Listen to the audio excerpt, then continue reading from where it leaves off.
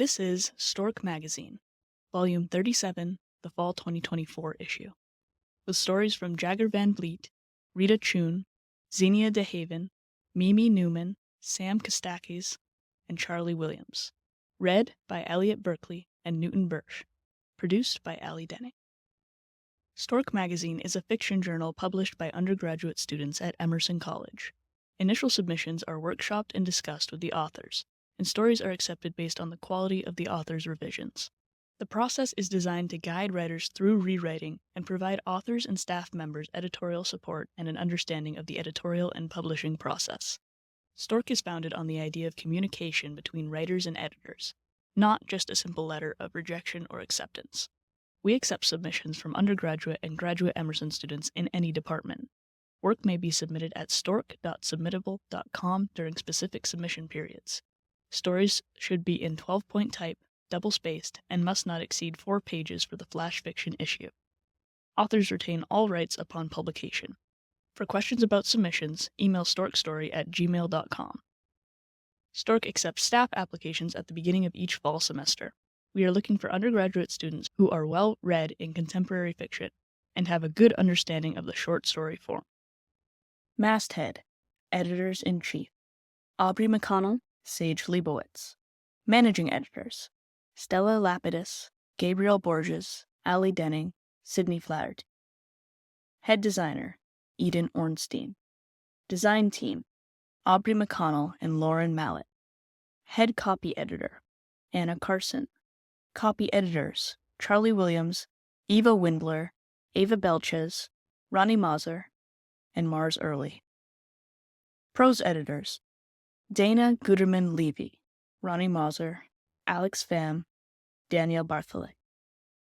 Staff Readers: Patricia Smallwood, Julia Montgomery, Mad Rosofsky, Luke Flanagan, Zach Overholzer, Claire Haggerty, Sadie Lawlier, Ella Posey, Elliot Berkely, Joseph Fitzgerald, Danica Benziger, Alyssa Hill, Emerson Nicholson, and Chad Corson. Faculty Advisor: John Papernick. Letter from the Editors. As the fall 2024 semester comes to a close, so does our chapter as undergraduates. Both of us started working with Stork in our freshman year, and it's been a joy watching the magazine evolve. This semester, we nearly doubled our staff, and watching our new members grow has been incredibly rewarding. We are proud of their hard work and dedication. Of course, we're also deeply grateful to our returning members for their continued commitment. Thank you all for making Stork such a welcoming environment. We are excited to present 6 outstanding pieces of short fiction in this issue. It features authors new to Stork, as well as some familiar faces. Our authors are at all stages of Emerson journeys. This issue features second years, seniors, and an MFA student. We extend a heartfelt thank you to our authors and to every Emersonian who submitted their work this semester. We know it takes courage to share your writing. It is daunting to prioritize storytelling, especially in the face of change, and we thank you for trusting us with your art. There is a lot of world outside of Emerson, and it is easy to feel like your voice does not matter. It does. Write about what matters to you, and change will follow. We also want to thank our copy editors, designers, and illustrators for their invaluable contributions. Thank you to our amazing managing editors and prose editors. Truly, there would be no fall 2024 edition without you. To the freshmen years from now who pick up this book at the org fair, welcome. We hope you stay a while. It is with heavy hearts that we say goodbye to Stork. Storklings, keep doing what you do. It's incredible. Sage and Aubrey, Editors-in-Chief. The Mockery, written by Jagger Van Vliet. Narrated by Newton Bersch. A cab driver once told me a curious story on my way to London. I shall in earnest retell this story now, and to the best of my abilities I will omit no detail and imagine only sparing exaggerations. Here, my cabbie conjured an image of a deli shop in England, somewhere nondescript with no particular importance whatsoever. The character of the town that hosted this deli shop was that of the usual English borough, in that it was quaint but not vacant, and to a fault one could consider the residents of the town impossibly general. They were the panoply of individuals who are wont to play cards, chat idly, and provide no more than briefly nosy interactions, all before returning to their unassuming homes. In fact, the town was just that, unassuming and regular. Our hero, at least in this story, is a boy named Otto. His family is Turkish, though his accent is thickly that of the other residents of the town. He was, at the time of this story, no older than 17, and despite this, he had already been working in his father's deli shop for some years. His father, a hard-working gentleman who understood business far better than he let on, was an unrelenting sort. When the deli shop was dormant and without customers, it would not be uncommon for Otto's father to conjure up some chore for him to do. It was as though Otto's father could not handle idleness and would rather have his son haul oats or reorganize shelves than allow for any one moment of respite. Included in the ongoing list of chores he was made to perform on any given day, Otto was most accustomed to hauling the weekly shipment of kebab meats. These arrived on time every Monday morning by way of an old truck. In the time Otto had gone about doing this chore, the truck had not changed, and Otto felt that if he were to return to the deli shop in 50 years' time, well into the shimmering future, that truck would still be quite rusted and quite loud and resolutely quite old. From this truck, the kebab meats would be unloaded and set upon Otto's shoulders, whereupon he would carry these meats to the freezer for the week's storage. It is worth noting here, for the uninitiated, that kebab meats of this sort are tremendous things. As we made our way to London, my cab driver likened it to a side of beef, cumbersome, weighty slabs, often weighing somewhere over 130 kilograms. It was required that our Otto be the only one to carry the kebabs, as putting any paid worker up to this task would risk his father's business practices being questioned by the labor unions. Alas, as Otto was unpaid and certainly not a member of any union, his services were suited for this task. He was not a large boy, not built up, nor did he possess the thews of adulthood. He was in fact reasonably thin, despite being made to eat a great deal by his father, who insisted that he would soon sprout healthy muscles. Despite his slender frame, Otto was dutiful in his chores and carried the kebab meat from the old truck to the freezer every Monday. He did this without protest, as his father was not a man who would hear a word of discontent. One day, whilst Otto was performing his usual tasks and straining beneath a rather large side of beef, he was spotted by a foreign fellow. This fellow was a German, and it appeared he lived up to his title aptly. This is not meant in any way other than to say that the German was a muscular gentleman with a perfect shock of blonde hair, high cheekbones, a prominent jaw, and a set of terribly icy eyes. To speak only briefly on his build, the German was not a usual sort of muscular. His body was stretched far beyond average proportions, and even a generally hale fellow who routinely exercised would have found themselves dwarfed by this German in comparison. In the nature of good examples, the German's forearms were nearly the size of barrels, or perhaps his chest was a barrel, and his arms larger still. He had come with friends to the deli shop, and they were watching Otto with some intrigue. "Look there, she's a little young go. It seems nearly impossible that such a scrawny youth should carry something so terrific. I don't believe I've ever seen a thing like it. Here now, boy, come over. How much does a piece like that weigh?" Here Otto turned, with the kebab meat still resting squarely on his shoulders, putting a tremendous weight upon his back. In truth, he did not entirely know how heavy this particular kebab was, as the deli shop rarely ever weighed the meat before or even after its delivery. But as Otto also hauled smaller 20-kilogram bags when there was no kebab delivery, he offered that this particular cut couldn't be anywhere under 120 kilograms. 120 kilograms? Well, that explains it.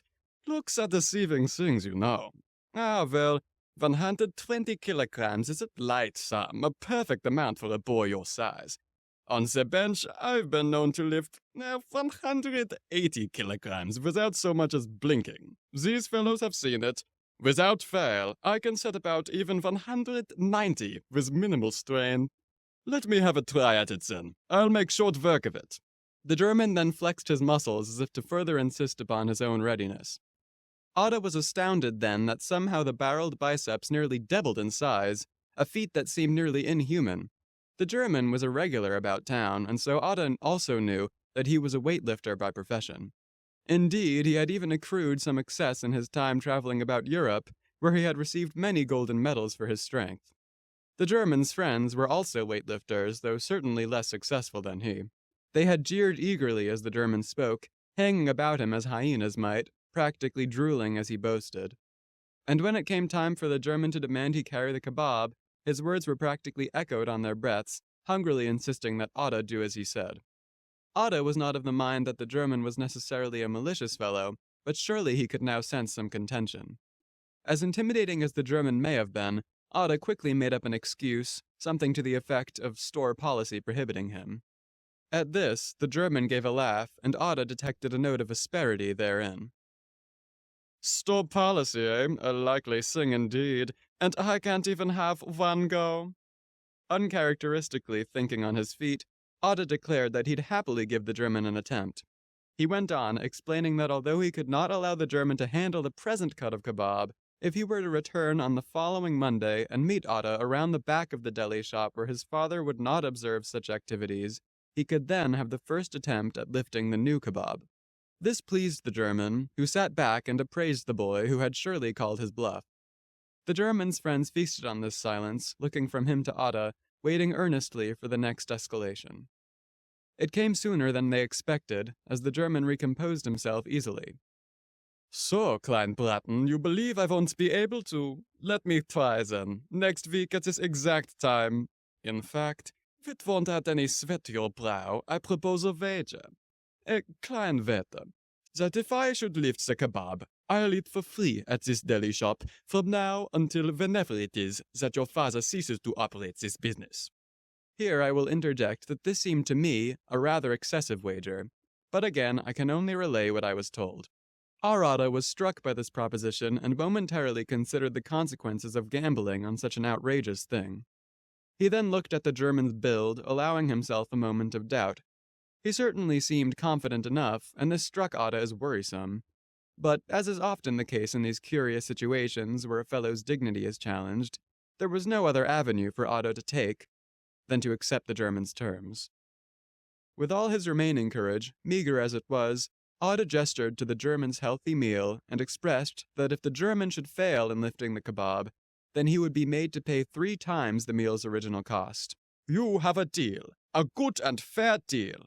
I'll be back in a week's time, and I will not forget, to be sure. I might even fast before I return, to maximize my appetite. With this, the German left the deli shop, and Otto thought it curious how the onlooking men went about scurrying behind their receding Goliath. They looked not unlike little birds, little vicious birds with 2 large torsos and altogether smaller legs. It was a comical thing to see in one light. All the same, Otto only found himself in a deep exhale, finally rid of the present conflict. In the following days, Otto resumed his attentions to work, and only when the weekend arrived did he begin to fret earnestly. And being honest with himself, Otto did not know why he had accepted the bet to begin with. He had known, then, that it was a stupid thing to agree to, but of course he had forgotten this under the German's gaze. It would seem that in endeavoring to talk himself out of a small problem, he had deftly stumbled into a larger one. As we neared the streets of the city, my cab driver glanced at me in the mirror. Over his broad shoulder, I recall a mischief in his eyes.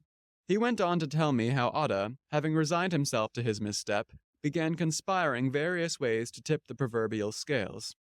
Evidently, the fellow in charge of ordering the meats was a strange woman with whom Otto occasionally struck up conversation. Ella, as she was known, seemed always to dislike Otto on principle. Otto, knowing where he stood within the back house, approached all discourse with discretion. To most, Ella was scrutinous and sharply toned, and this was enough to establish a sense of authority.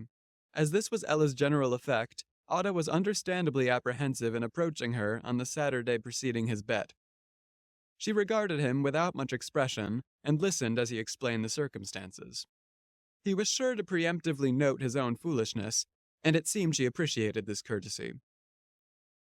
While the German wouldn't be any less muscled, Otto could, with Ella as co-conspirator, make certain that the cut of meat delivered would be larger than it usually was. Despite her objection to Otto as a person, she was not above the allure of settling matters with the German. She confirmed, by way of a grunt, that Otto's request would be fulfilled, leaving Otto feeling cautiously hopeful. It was the case that Otto had been concealing a rather notable factor in his bet with the German. Though he had seen Otto struggling beneath the weight of the kebab, The German had not actually seen Otta originally hoist the thing. This was not without reason, as it was truthfully impossible to lift the massive side from the ground without the aid of at least 2 workers. By some strange physics, once the weight was equally dispersed upon the shoulders, any man could carry the kebab, but from a fixed position on the ground it existed as decidedly immovable. Otta clung to this fact as it was the only thing that salved his many worries. Perhaps some part of himself was sure enough in this knowledge, and perhaps this was the only reason he had accepted the bet to begin with. True as it was that Otta had never seen a man lift the kebab from a resting state, he was willing to take no chances, and on the Monday of the bet, he was heartened to inspect the delivery truck on its arrival. Ella, too, stood watch and nodded with some content at the week's cut of meat as it was unloaded. It was, as requested, a larger side than usual, and without becoming overly eager, Otta thought it was a bit more lopsided as well. The German arrived not a minute late, accompanied by the little birdman who twittered at his heels. It seemed that Otta was not the only one who had made an effort to improve his odds, as the German came with a support belt and gloves and had even applied a sleeve to his left arm, presumably for furthered strength. Otta thought that the belt made the fellow look grotesque, as his arms now protruded some distance beyond a cinched torso. In all, the German's upper body had taken on the distinct appearance of a triangle, from which 2 stockish legs protruded. The chalk, concealed in a carrying pouch, swung at his side, presenting the scene with a drumbeat. Otta wondered for a moment if he had made a mistake. You should know, mein dunkler Prinz, that I am famished. I am looking forward to a good meal when all this is settled. I think I will start with a doner, or perhaps a roll, or maybe a shish. Maybe I will have all 3. From here, the German went over to inspect the cut. He circled the thing twice, eyeing it and feigning lifts here and there so as to make it clear that he was not some amateur. In fact, it seemed that these theatrics were even working on Ella, who shot Otta several looks that read more as warnings than sympathies. Otta then considered the heretofore unthinkable prospect that Ella felt something more than harshness toward him. Before Otta could consider this further, the German loudly proclaimed that he was ready. The little birdmen nodded eagerly, exchanging looks of mutual glee. They were all quite stocky men, and so it was an altogether strange thing to witness them in this state. They were like hens, Otta decided finally. Hens pecking about and squabbling over nothing in particular. The German, in turn, had gloved his hands and stretched himself thoroughly. Now, with a steely look and a quick wink towards Ella, the German squatted low to the ground and wrapped his arms widely around the base of the kebab meat. He made a brief noise, something to the effect of a grunt, and then began to strain. He did so only momentarily, and Otta was pleased to see an expression of confusion come over the man's face. In fact, the German stopped lifting altogether mere seconds after his first attempt and looked fleetingly about. Having then quickly regained his composure, he stooped down again and readjusted his grip. Once more, he went about straining, and for a moment, Otta believed he saw the kebab shift upwards, but this did not last for a second longer, and the German retreated once more. A newly marbled complexion had traced itself across his flinty face, and the hens were chittering excitedly, presuming that the German was merely playing some sort of joke. Otta, and perhaps Ella, were the only ones who suspected this might not be the case. Otta, gaining some confidence, then told the German that the ensuing attempt would have to be his last, and that his father expected the meats to be stored as quickly as possible following their delivery. The German regarded Otta carefully, then looked to the meat. With a slower movement than before, the German bent down and assumed a new grip. Resolving his face to an expression resembling courage, the German gave a final valiant heave. He labored much longer on this attempt, as if he thought he might force the thing upward if he only tried long enough. This could not be, and so Otta smiled as the German fell away, breathing low. The little hens quieted some and received the German into their midst without a word. They had not yet determined that all was lost. Dumbly, they were under the impression that this was still some part of the German's plan. The German himself had not yet looked at Otta and instead paced some distance from the group, massaging at his biceps and shaking his head. As he turned and showed no signs of further bravado, the hens went to him, confused and upset. It was in this instant that Otta found himself briefly unwatched. The German and his men were turned away and could not seem to face him. And here, before him, was the cut of meat. Ada looked now to Ella, who, it appeared, could already sense what it was that Ada required. Without a word, she gestured to a fellow worker, and swiftly, without making any traitorous noise, the two hoisted the meat upward and rested it upon Ada's back. The two then drew back, and Ella bid the other worker away. It should be noted that this affair all occurred in a matter of seconds, and so when the German turned round, his face became quite pale. In fact, it was as though the man had been drained of his color entirely. His fair skin was now pocky and sour. Ada, bent under the weight, grinned brightly and shrugged his shoulders as much as he could. This was the only expression he could afford, and it seemed to do its job aptly. The German went to speak, did not, moved to inspect that which he was witnessing, and only in finally resigning himself did he raise a hand to cover his mouth, agape. Mein Gott, you are inhuman, superhuman, I should say. Mein Gott, oh my. Such were the sorts of floundering words that emerged from the German, who had still yet to regain his flush. If he were not a prideful man, Ada imagined that the fellow might have dropped to his knees and begun a quiet prayer. Ada saw now a man who was upset and confused, but more to the point, a man who was bested. This loss, apparent in the lines that formed anew across the German's brow, seemed to weigh on the man. It pulled at him, such that his once wide frame slumped, and even his jaw softened into a frown as he collapsed inwards and became a hollow figure. Ada, as it happened, did not make the German pay his side of the bet. He felt quite bad for the man and was certain he had already paid quite enough in the manner of abject humiliation.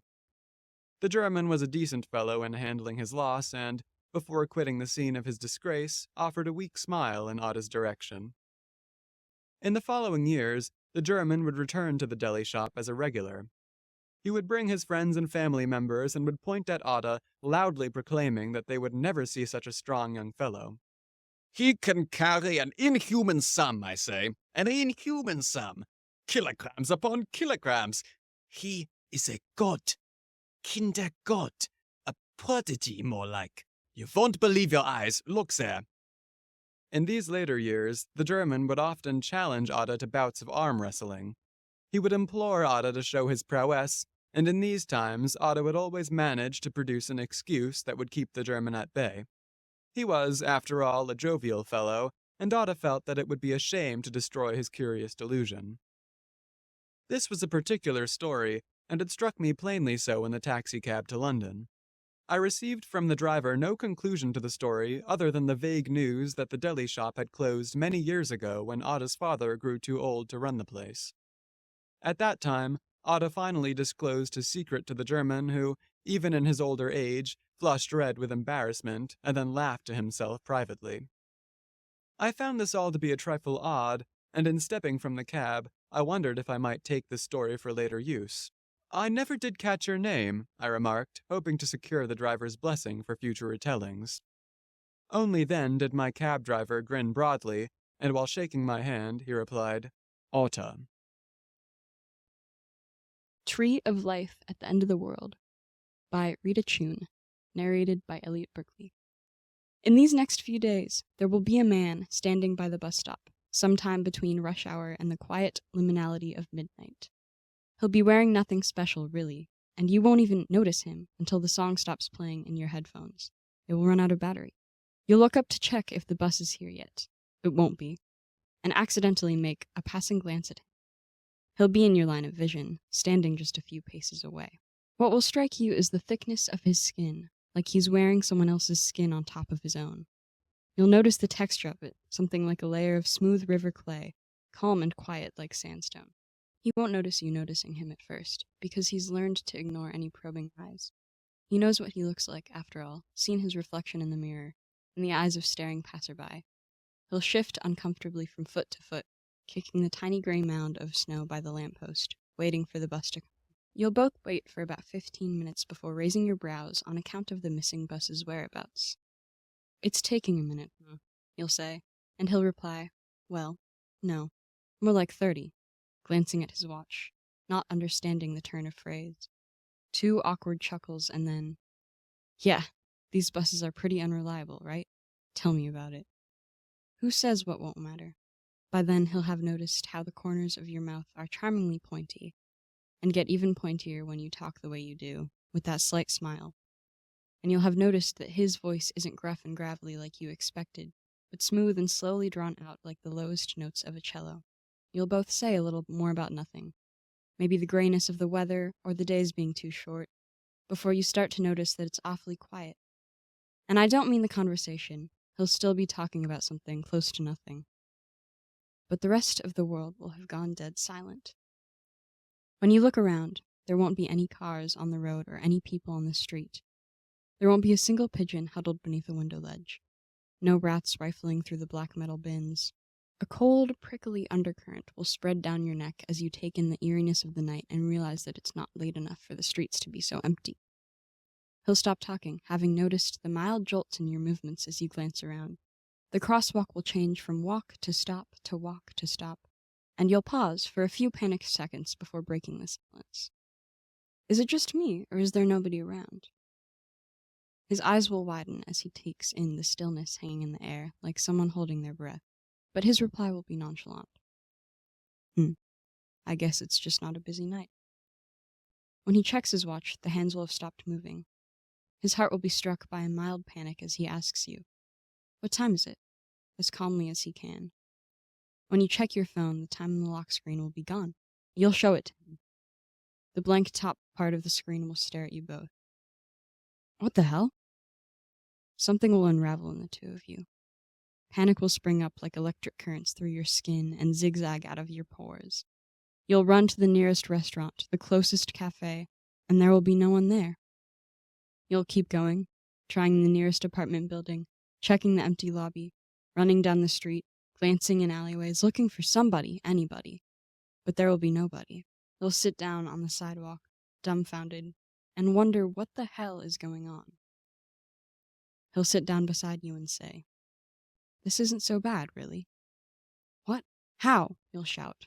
"There's nobody here anymore." And he'll reply, "Exactly. You hungry?" And your stomach will indeed be growling.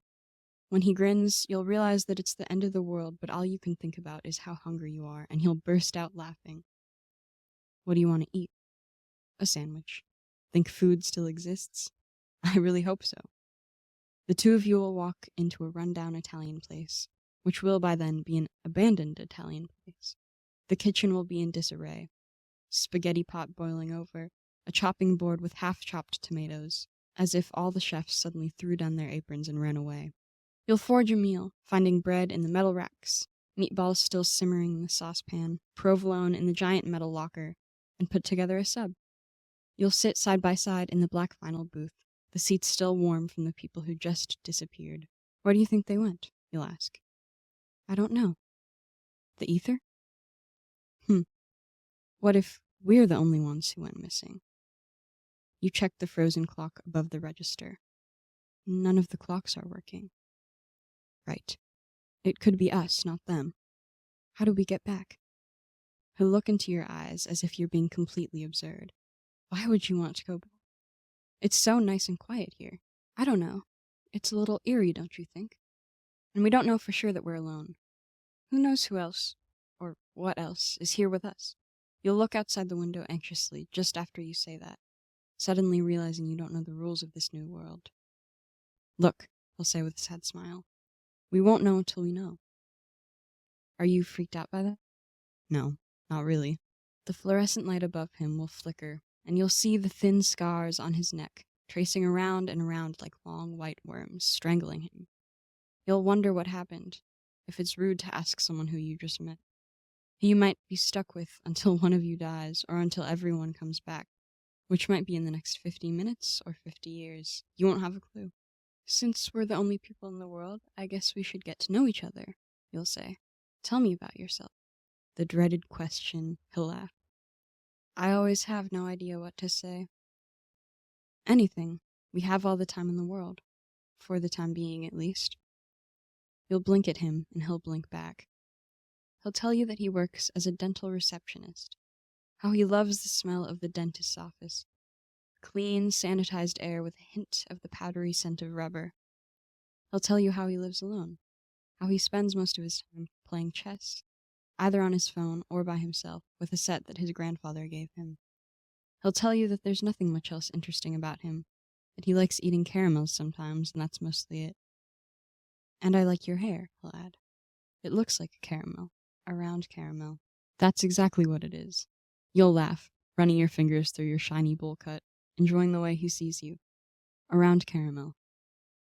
When you look into his eyes, you'll be stepping into a pond at night, and your feet will sink deeper than you expect. You'll be wondering about the rest of his story, everything he's emitting. Now tell me about you, he'll say. You'll tell him that you're an art student. You'll tell him about your current project, how little we are, how you sculpt palm-sized people out of shiny objects like mirrors and aluminum foil and CDs, how you spend most evenings placing them in hidden nooks around the city. You'll tell him that you're a little scared now because nobody else is around. If we're just reflections of other people, who are we now that there's no one left? You'll ask, fidgeting with the silver beads in your bracelet. Can't say I know, he'll reply, rubbing a palm against his cheek. Maybe I'm you and you're me, if we're mirrors. Huh, maybe. But his frown won't seem convinced. A thin layer of silence will gently settle over the both of you. When you glance out the window, it'll be snowing. Because clocks will have stopped, there won't be a sense of how long it's been. But eventually you'll be walking to his apartment. You'll be free to sleep anywhere else in the world. Break open a library door and sleep on the plush green rugs between the stacks. Curl up in a mattress store, in any hotel room in the city, or even slowly walk your way to China. But you won't. You'll choose to walk with him. Several streets later, a tall green building will loom over you both, reminding you strangely of a mountain.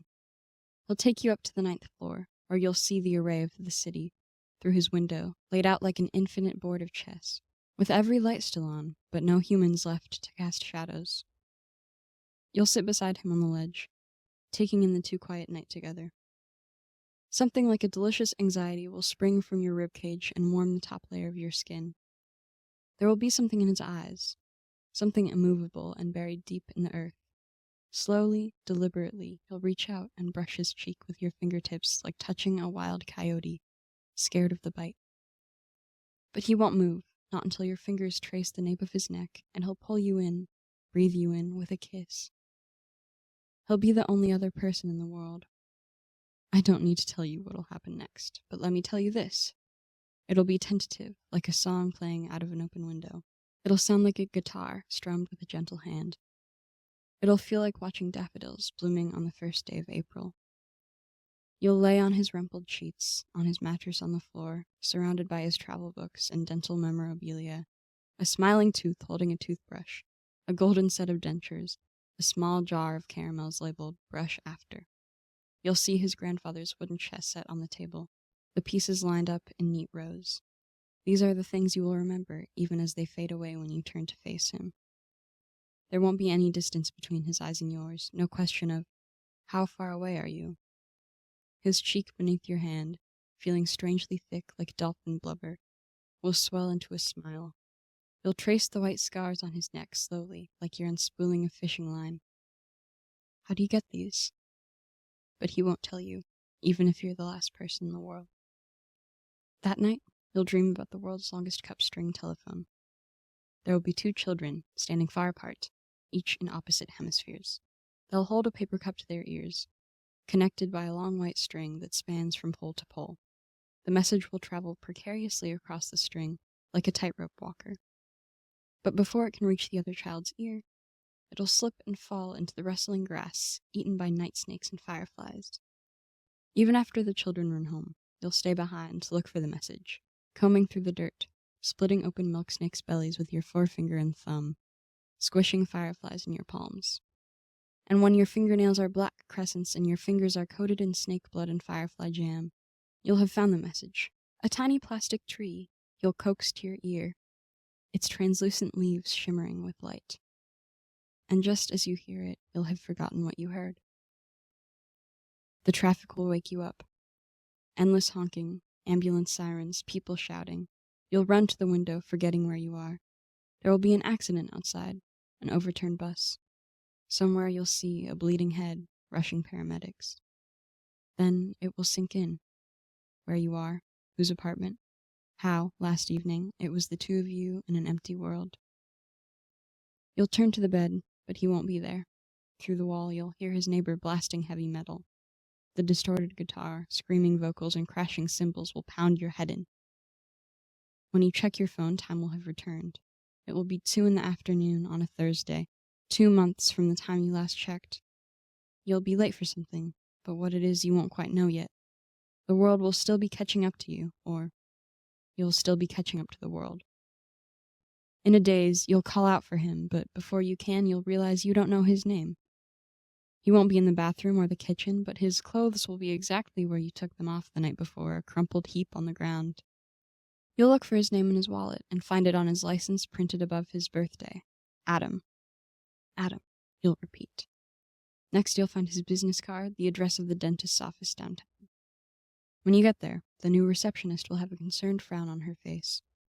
I'm sorry to be the one telling you this, but he passed away 2 months ago. The shock won't be much. After you've witnessed everyone in the world disappear, not much will shock you. But you'll feel the numb ache in your throat, the hollowness beneath your belly button. You'll make your way back to his apartment and notice how easily the door swings wide open, how the floorboards are stomped all over with boot prints, how the spines of all his travel books are facing the wrong way, back into the shelf. And on the top of the shelf, beside the chessboard, you'll see the metal wire with 2 wooden handles, the kind you'll use in your ceramics workshop to slice clay. The wire will be tinged with blood, but by then it will have dried to look like rusty flakes. And once you begin, you won't be able to stop making them, the little clay figures. You'll forget about how little we are, abandon that vain project of shiny mirror people you once placed amidst the smoke rising from subway grates and cigarette butts. You'll focus only on how we are made again, a project you'll work on for the next time being, molding him from the clay you'll cut with his lifeline. And when each one is finished, you'll repeat, Adam. Adam. You'll place him in gardens around the city, hiding him between tulips and pansies. You'll sit him on picnic tables and lean him against lampposts, and give him to the children in playgrounds as gifts. You'll lay him down beneath park benches and in the shade of tall trees. And that's where you'll find me, looking at you in the shape of the tallest elm you've ever seen, peering at you from the sun rays streaming through my leaves. How long, you'll ask, wistful in my warm silence. When? Ever is the answer you'll receive, from the refraction of sunlight, from the rays bending and changing just as memory changes every time you remember. Ever is the answer you'll give yourself, without rhyme or reason, simply by adding the letter R at the end of your name. What Waits in the Woods? Written by Zenia Dehaven, narrated by Elliot Berkely. Before little boys and girls were taught their names, they were taught to stay out of the woods. The lesson was woven into every lullaby, nursery rhyme, and bedtime story that anxious parents whispered to their sleeping offspring. After tucking them into bed and snuffing up the candles, they prayed their children would live to an age when they could understand the importance of caution. The children who heard the grim tales were too young to fully understand their gravity, but the message was clear enough. Don't go into the woods. Understood. So they played elsewhere. It was a small village, only largely forgotten by the rest of the world. It sustained itself with its own food, raised its own young, and built its own homes. The carpenter's son would eventually succeed his father as the latter began to ail. The teacher's daughter would inherit her mother's occupation of rapping the knuckles of dozing students. The village didn't need anyone else, and, frankly, they didn't want anyone else, thank you very much. The villagers were amicable. They congratulated each other on their successes. A marriage, a student graduating from primary school, a relatively painless childbirth. They also joined together in times of distress. A bad harvest, a death in a family, the farmer's daughter taking up the violin, and emitting deafening screeches during her studies. But when the butcher's wife's belly began to swell, the village groaned. You see, the villagers didn't say they hated the butcher and his wife, because it was rude to say that you hated someone. You could say that you wanted a certain someone to slip on their blood-covered floors and fall on their unfortunately placed upright knife. But to say you hated that person? That was out of line. That was rude. The villagers strongly disliked the butcher and his wife for 2 reasons. Reason 1. The butcher and his wife kept to themselves. They didn't join in on festivities, nor did they give their condolences to those who were suffering. The butcher simply sold his meat, his wife as his loyal attendant, and when the day drew to a close, they slammed their doors and were dead to the world until the next morning. Reason 2. The butcher went into the woods. Logically, it made perfect sense why a butcher would need to go into the woods. The woods had game. The only living things that could be killed, grilled, and eaten outside the forest were small songbirds, which were barely large enough for a midday snack. Even the fatter ones were mostly bone and feathers. For most of the year, the village relied on its crops, its corn, and potatoes, berries, and pitted fruits. However, when winter's icy mouth breathed down their backs and food shriveled and died, the red, juicy meat of the butcher suddenly seemed quite attractive. Though the butcher and his wife remained unpopular figures because of their reserved nature and careless behavior, they were a vital part of the village's ecosystem in the winter. The villagers couldn't survive without their meat. But when the condition of the butcher's wife grew from whispered rumors to an undeniable, rotund controversy, the village grew nervous. It was one thing for the butcher to risk his life for his work. It was another to pass down that brash nature to his children. Finally, as spring gave way to fall and the butcher's wife became too large to work behind the small counter, the bravest of the villagers, the mayor who wasn't really a mayor, decided to ask the butcher how he planned to raise his child. "You will teach them not to go into the woods, won't you?" the not mayor said anxiously, as he looked up at the large man. He was a not mayor because he solved many civil disputes and organized town meetings, but didn't possess any real power. He prided himself on his problem-solving abilities, though he wished he had a more official title, especially in times like these, when the villagers treated him like an ordinary citizen, even though he was obviously anything but. "Hmm?" the butcher said, not paying attention as he skinned his latest catch, a young doe. A beautiful specimen, he thought, as he admired her round, meaty torso and sleek legs. "There's something waiting out there," the mayor who wasn't a mayor said, growing impatient. "And what waits in the woods?" the butcher said with a grunt, peeling back the skin of the deer to reveal the lean muscle beneath. The faux mare stifled a gag, trying to look anywhere but the doe's large, unseeing eyes. The truth was, nobody knew exactly what waited in the woods. In the not mayor's lifetime, the fools who ventured into the forest met a grisly end.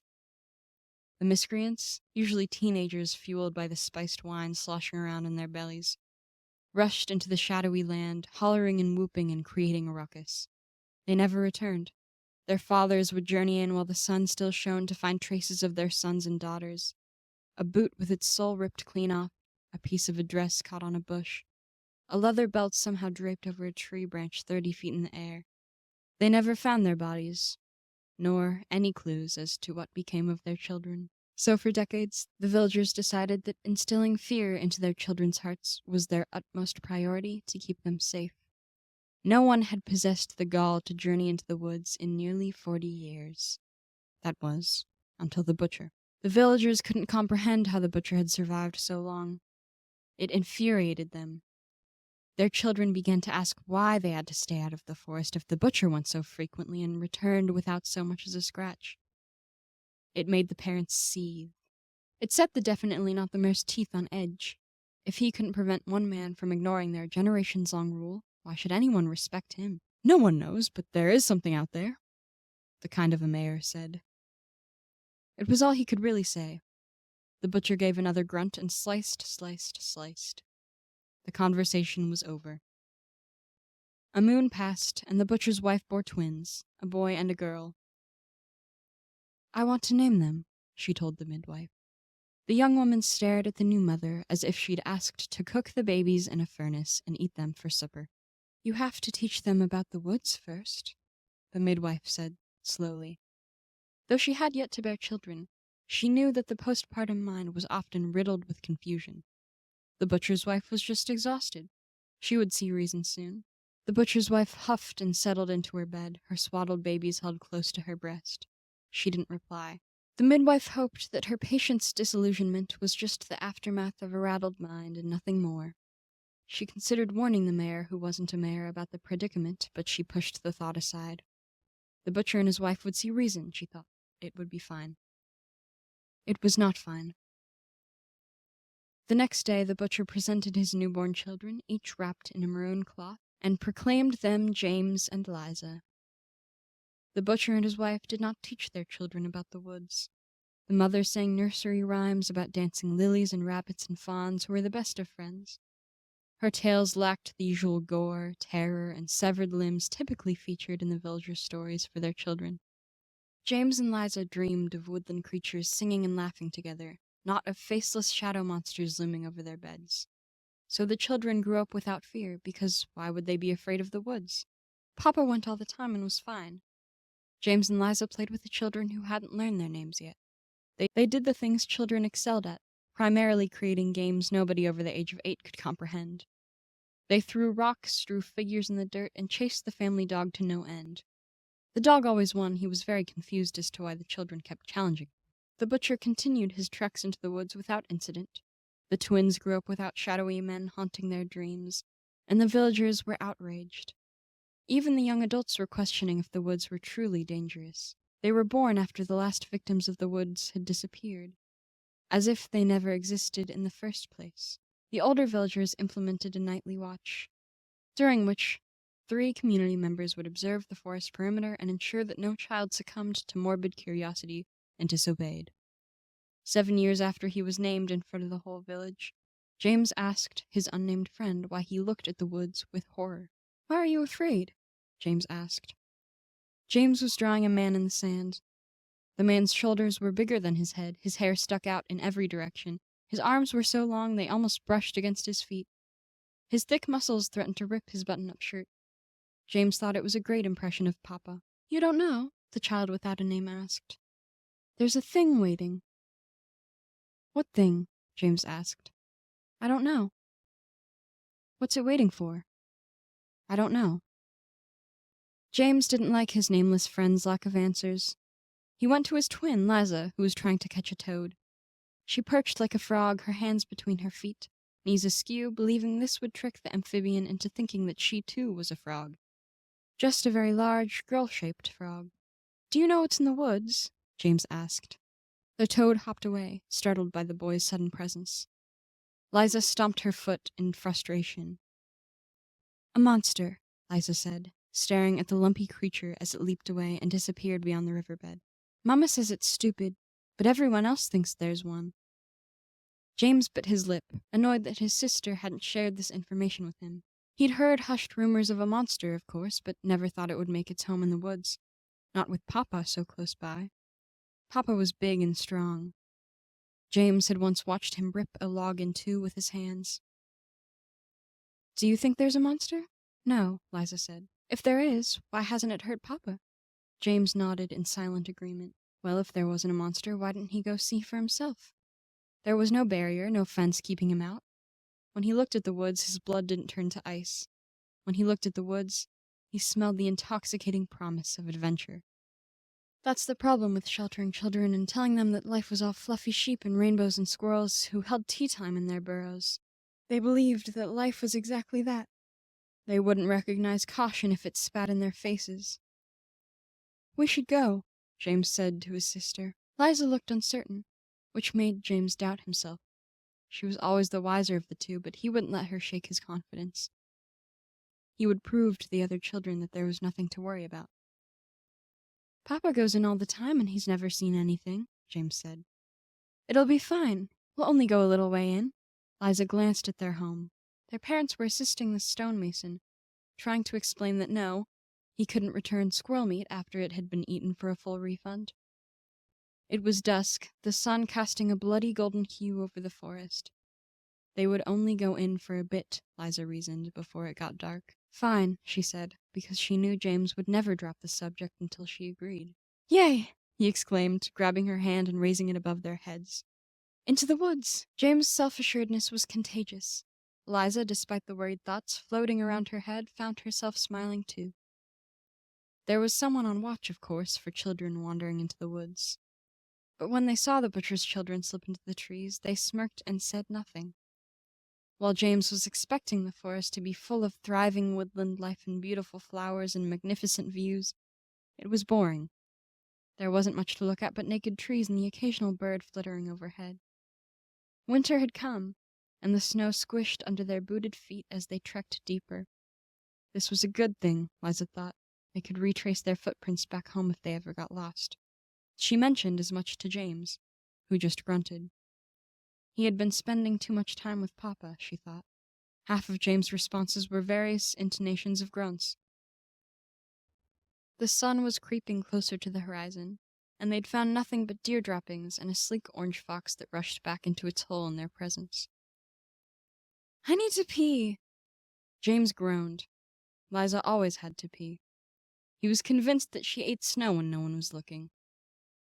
"Can you wait?" he asked. "No," she said. Liza was well aware of the limits of her bladder and knew she would not make it back to the village in time. "Just go, then," James said. "I can't go with you looking at me." James groaned louder. "Fine, I'll turn around." Liza still seemed unsatisfied with this conclusion, but she shuffled off a few paces behind James.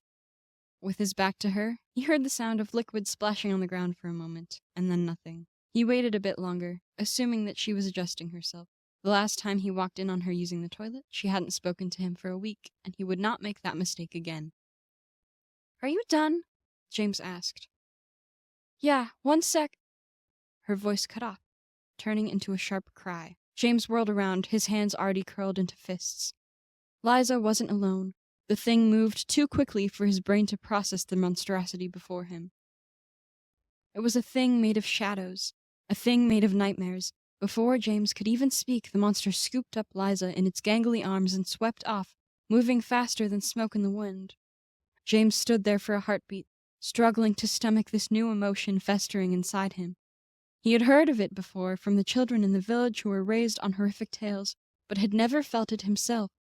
It took him a moment longer to realize what this feeling was called. Fear. The creature moved so quickly that it nearly vanished from his sight. But Liza's screams echoed through the forest, ricocheting off the tree trunks and startling the badgers deep in the slumbers of their hibernation. It was getting darker. The sun sunk deeper into the horizon, and the snow glimmered like piles of shredded gold. James ran after her and the monster. A primal part of him wanted to turn back for his own safety. He could go home and say that Liza had gotten lost, that it was her idea and he simply tagged along. But everyone would smell the lie. Liza was the responsible one, not James, and he knew that fleeing was unfair. This was his idea, and now Liza was gone. He could run to Papa for help, but he suspected that by the time he enlisted his father, it would be too late for Liza. It was too dark to see where the monster had gone, and Liza's screams were too far off to pinpoint. James stopped, bending over his knees to catch his breath. The snow had seeped into his pants, making his teeth chatter from the creeping cold. The moonlight illuminated the breath steaming from his chapped lips. How could James find her now? He would freeze to death at this rate. The tracks. Liza had thought of the tracks. James stooped low to the ground, hoping that his frantic running hadn't disturbed Liza's footsteps.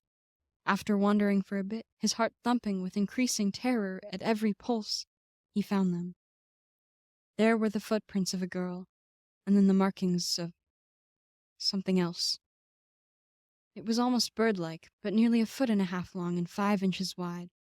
It had 4 long front toes and a back toe, all taloned by the impression in the snow. The 2 footprints walked side by side deeper into the woods. Swallowing his fear, James followed. He used the milky moon to guide him forth, deeper and deeper into the forest. The trees grew larger, unhampered by human activity. Their bare branches cast grisly shadows on the white earth. The nocturnal animals had arisen.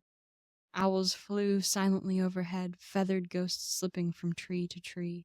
James noticed a pair of reflective green eyes watching him in his periphery. When he turned to confront the stalker, a canine thing bolted out of the underbrush and slipped further into the darkness. James shivered as the cold slipped under his jacket and gnawed at his skin. He would go as far as the trail would allow, because then his sister would be at the end and they could go home and forget this whole thing had ever happened. He stopped, staring at the ground. The trail ended. Well, one trail did. The footprints of a girl suddenly disappeared and only the creature's imprints went on. "Liza?" he called. His only response was his own voice echoing back at him. Once again he considered bolting home. Terror had driven a nail into his chest, paralyzing him. He feared what he would find at the end of this trail, and now that Liza's footprints were gone, his hope of rescuing her had dimmed. What if it was too late? What would following these strange footsteps accomplish? But James knew he couldn't leave her. There was still a chance she was alive. He owed her that much, at least. Shaking away his doubts, he continued. He didn't have to go much further. He stopped, because, when he thought he was staring at an empty space in front of him, that space moved. If he hadn't noticed its bloodshot red eyes, he might have walked right into the creature made of shadow. James had found the thing in the woods. In the moonlight, he could barely discern its horrid features. It stood over 8 feet tall, but was hunched, its back crooked. It had a long beak, or was it a snout? Its dark body was thick with coarse, matted fur, and it scratched itself with hooked silver claws. Bugs tumbled loose from its body, cascading to the ground in a black, writhing mass. A forked tongue flicked from its mouth and licked its purple lips.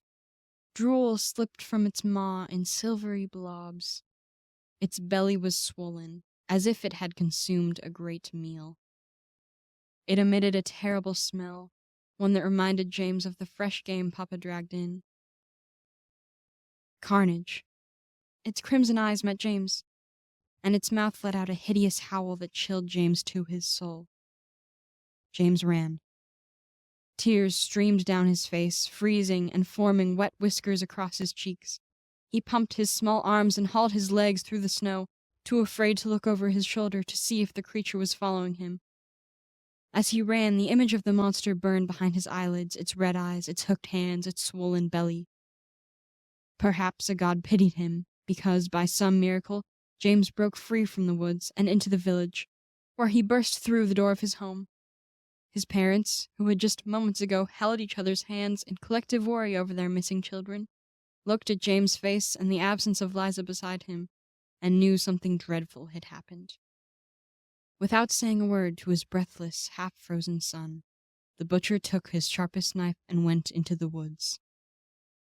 James sank into his mother's arms, unable to hear her calming whispers. Her hands combed through his hair. She wrapped him in a blanket, as she'd done the day after he was born, when she named him and his father presented him to the village. But James felt no warmth. The thing's howl drowned out any sound. Even enveloped in blankets, he felt the cold nibbling at his skin, forever hungry for his body heat. The butcher didn't come back till morning. When he finally did, he was alone. He went back the next day. No Liza. The next. No Liza. James never told anyone what he saw. If he even tried to explain it, his tongue would grow heavy in his mouth, numb and useless. If someone asked about the thing in the woods, he would just shake his head violently and storm off, wishing the wetness on his face would retreat into his tear ducts. While the family mourned, the village bit back its collective "I told you so." As much as they wanted to rub in their self-righteousness, a little girl was missing. They all knew that she'd be gone forever, but none wanted to voice the truth aloud. In a few years, perhaps, if the butcher hiked his prices during the winter season, they would mention that they were responsible parents who told their children not to venture into the woods. They knew children needed to learn this vital lesson before they learned something trivial like their names. What the village didn't know was that Liza was not, in fact, dead. But she wasn't quite Liza anymore. The thing that waited in the woods did not feel emotions, but when it saw the boy and girl meander into the forest alone, It might have felt something akin to joy. The villager's caution of the woods was amusing at first, but quickly became irritating. It quite enjoyed feasting on the young humans who thought they knew better. In the last 40 years, the thing had survived by eating lesser meals: deer, raccoon, and even the occasional bear. But nothing quite satiated it like human flesh. And now, these two. On any other day, it would have consumed both of them in one gulp. But the creature wasn't hungry. It wanted something else. It needed a girl. The only human bold enough to cross into its domain in recent years was the girl's father. But men were useless. It required a girl for its purposes, and this one would do quite nicely. After the boy had scattered, the thing began to retch. It was a nauseating noise, one that caused every creature with ears within a mile radius to flee. The thing heaved and heaved and heaved until the thing bathing in its stomach acid finally ascended from its gut and out of its mouth. The monster had consumed the girl to create a twin of itself. A smaller version, sure, but equally as ugly and monstrous. The new creature was coughing, confused in its new body, trying to scrub away the sticky substance dripping from its fur coat with hands that no longer had fingers. It was so confused, so scared. It had the vague memory of being something else, something smaller and less taloned than this. But whenever it thought it might remember a time before it was this, the memory slipped away like ash in the wind.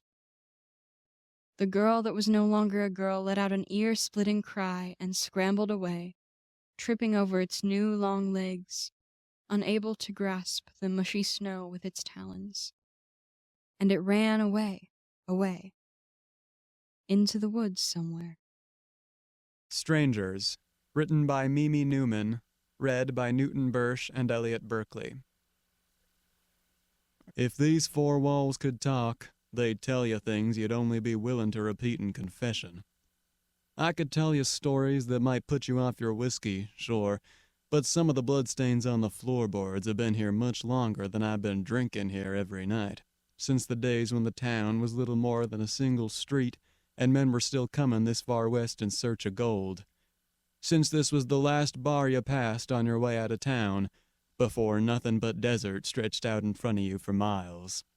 Back when I first got to town, everyone in this joint was a stranger, just passing through, stopping for a drink and maybe a meaningful conversation if you were lucky. Nowadays, though, I notice when there's a new face sitting at the bar. I feel as if I know these people now, even if I don't know most of their names. The girl in the red dress is always sitting at the bar at this time of night, but never drinks on the job unless a paying customer wants to charm her by getting her something. The two men sitting at the small round table closest to the bar come every few days and talk in hushed tones, each nursing one drink for hours at a time and only leaving when the saloon finally closes. The guy behind the bar is the only one whose name I know. Henry's been running the joint since before I arrived in town, and he's the only one I ever talk to, but he never wants to talk back. I gave up on making conversation earlier than usual tonight, only at the second drink, but 4 drinks later I can't remember why. I'm occupying my time by watching the man closest to me at the bar, sitting halfway between me and the girl in the red dress. 6 drinks deep, it's a little harder to recognize a face, even more so when most of that face is disguised in shadow from a hat pulled strangely low over the eyes, but I'm sure I've not seen him before. At least not regularly. He must be an out-of-towner. As I raise my glass and take a sip, I hear 2 bar stools screech as they are pushed away, and over the burn of liquor in my throat it sounds far away, muffled, as if I'm underwater. The flash of bright red in the corner of my eye tells me who one of the people to stand up is, and when I put my glass down and turn my head, I notice that I'm the only one still sitting at the bar. Both the girl and the stranger are standing facing the door. It's over before I've had time to realize that it started, to turn and look at another newcomer standing on the threshold, pointing his revolver at the girl, or to notice that the stranger from the bar is suddenly holding a gun as well. The sound of it firing is clear, bright, deafeningly loud, like I've broken the surface of the water now. The girl's dress is billowing around her on the dirty floor. It's spreading and flowing and collecting in the cracks, and it smells like metal, even through the residual smell of gunpowder. The bright red tendrils of it have already ensnared the stranger lying motionless next to her, and they're creeping their way toward me, so I pick my feet up off the floor, out of the way, and drink the last drop in my glass. Henry. She was the youngest of her kind I'd ever seen when she walked in and sat down at the bar for the first time. She had run away from home, I'd have guessed, maybe chasing a man or money, or trying to escape the quiet life and a father who gets violent when he drinks. She arrived with $60 and 2 dresses and a brown suitcase, fresh-faced and too skinny, and looking young enough to be the daughter of most of the men at the bar. And she seemed more intelligent and experienced than any of the girls that had come through town before her. Even then, the stories she would tell me rivaled any tale of gunslinging criminals and bar fights with no winners that I could ever tell her.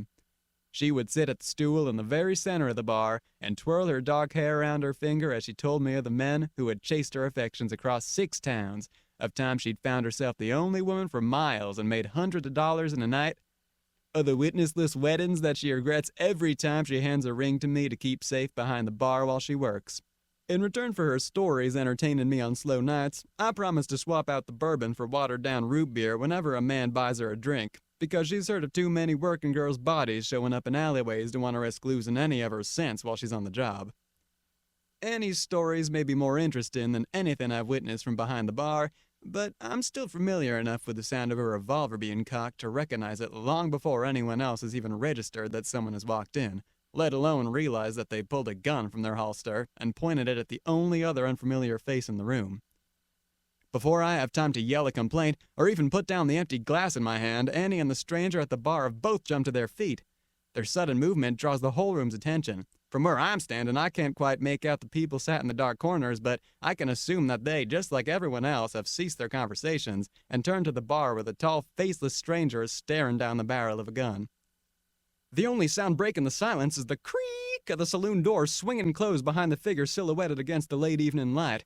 Even George, who spends every night attempting to make slurred conversation with me from his seat at the bar, has placed his glass down and turned to watch.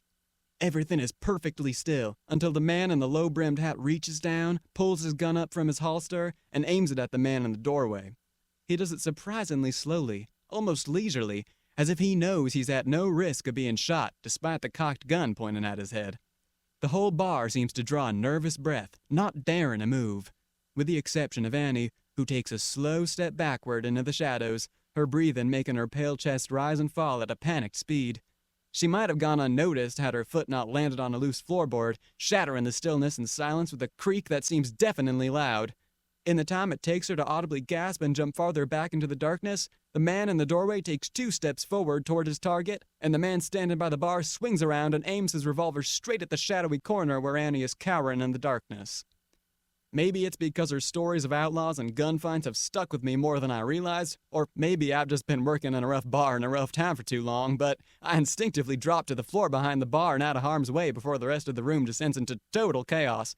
Screams ricochet off the smoke-stained walls, and the saloon door squeaks on its hinges as people rush out, and through the ever-present stench of liquor, I catch the acrid smell of gunpowder. Usually, I'd be able to tell you how many shots were left in the chamber of the gun just from the sound it made when it fired, even from beneath the bar. But when both revolvers fire at the exact same time, I can hardly think through the ringing in my ears, until a body hits the ground, and the floorboard creaks again.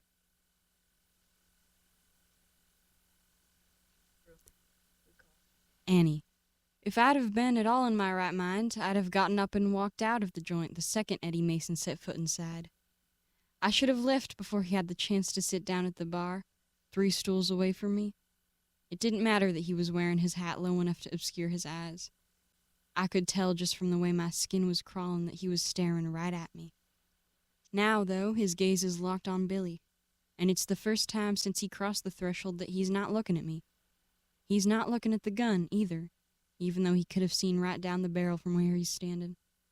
He's looking past it, past the hand that's holding it, to its owner, to the face hidden in the shadow of the doorway. The last time I had seen Billy, he'd told me he had a bullet in his gun with Eddie's name on it, saved for the man he used to call a brother. Men will confide a lot in you when you get them alone and do as they ask, provided they can forget that they're paying for your company. They'll tell you all about their wives back east and the money they make when there was still gold to be found around here, and the men they killed in the last town they passed through. Some will even tell you they love you, if you're not careful. If you're even less careful, you might say it back. You might even find yourself borrowing a white dress and accepting a cheap wedding ring as payment for your services. There's a man that loves me in every town from here to New Orleans, from what I can remember. And now there's 2 of them in the same town, the same saloon, guns pointed at each other's heads, and the one in the doorway still thinks I'm his wife. You would never be able to guess from the way he had been staring at me not even a minute ago, but Eddie doesn't like me in red. Says it makes me look cheap. He told me so the first time he came through town and paid me almost double what I asked of him, as if to prove a point. He might have proven it too if Billy hadn't paid me twice that not 2 weeks later and told me that my red dress was his favorite. But now I wish I could have picked out a black dress instead, and better disappeared into the dark corner of the saloon. I wish Henry would have been looking at me when I tried to catch his eye, instead of staring at Billy just like everyone else in the room. I could have stepped with my left foot instead of my right, and vanished without a sound. I wish I could have heeded my mama's warning about how men like him will turn the gun onto girls like me before they even kill one of their own. As all the eyes in the bar turned toward me, I find myself wishing I had never left Louisiana and had married the first man who asked me, because the target of Eddie's revolver has shifted onto me. And then the gun goes off. Billy. I wonder if he knows that he looks like a coward with his hat pulled low over his face like that, hiding his eyes from our entranced audience. A real man shows his face when he's looking death in the eye, and Lord knows we killed enough men back before we parted ways for both of us to know what it looks like when the life leaves someone's face. I should have shot the fucker years ago when I first had the chance. I would have, if the unseasonably cold Montana spring weather hadn't frozen the ground too solid to bury him.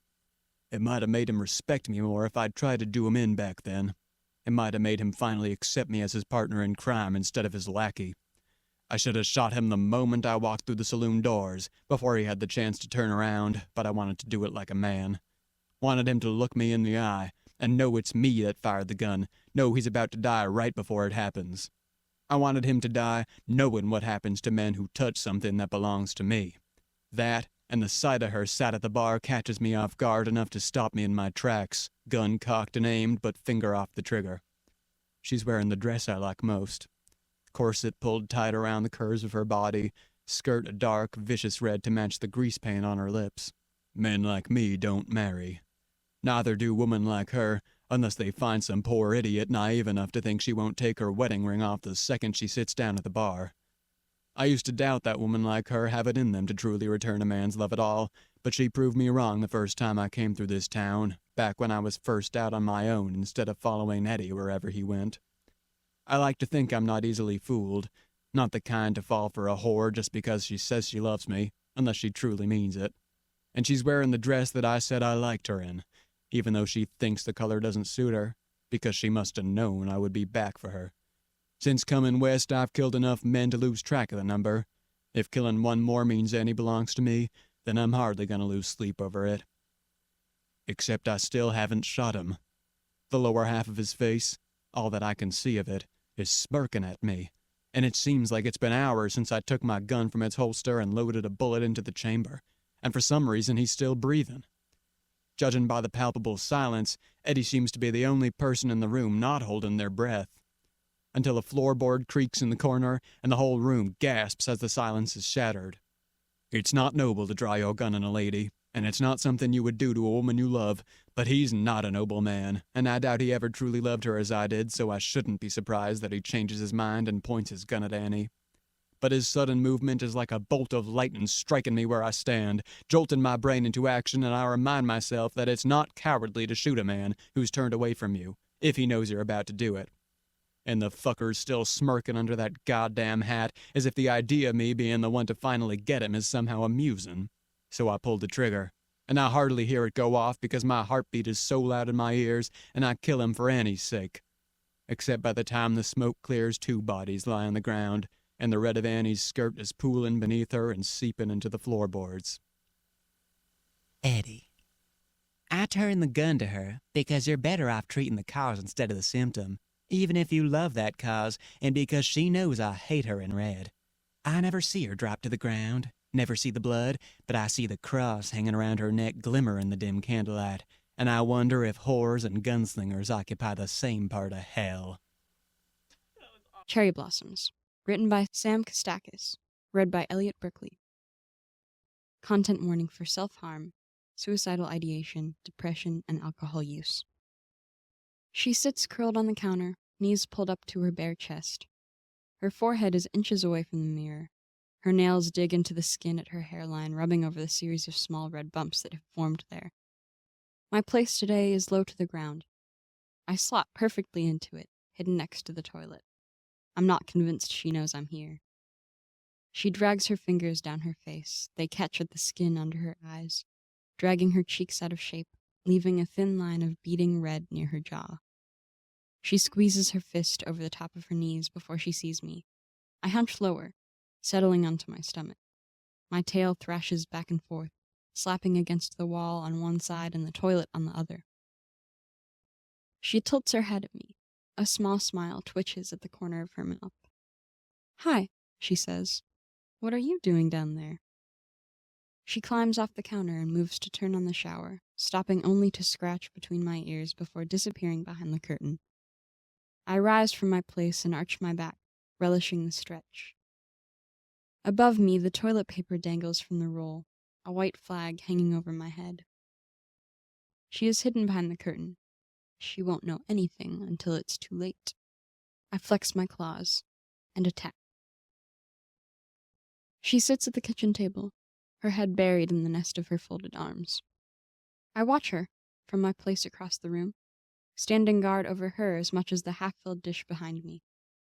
It is almost time for a fresh offering, and still she has not risen from the table.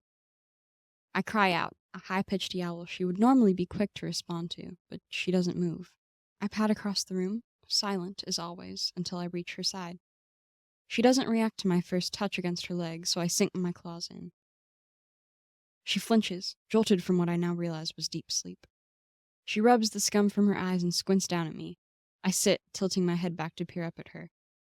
"Shit," she says. "Don't do that, Elias. What the fuck? Jesus." Her elbows hit the table with a thud, and she buries her face in her hands. The loose sleeves of her sweatshirt slip down her arms, exposing the thick white scars she has had since I came to live with her. Laddered between them is a raised red one. I cry out again when I see it, and she tips her head back to watch me from between her fingers. "I didn't feed you," she says. "Shit. Come on, Elias." She gets to her feet and crosses the room to the cabinet, removing a single silver can from the stack on the top shelf. She pours the fresh offering into my dish, and I hunch over it to eat, thoughts of the fresh red mark on her wrist momentarily forgotten. She wakes, screaming, in the middle of the night. I am not asleep when it happens. I am taking advantage of the empty first floor of the townhouse for exercise, sprinting first one way, then the other. It wouldn't do to be out of shape next time the neighbors come with their beast that they keep leashed on the front porch. I hear the shrill noise as I make another pass by the staircase, and I skid to a halt, my nails scraping against the hardwood. I stand, back arched, contemplating the staircase. I mount the first step, then the second. The smell of sweat and fear strengthens as I approach her bedroom door, left open just a crack so I might access the bed in the corner while she sleeps. I let myself in and go to her.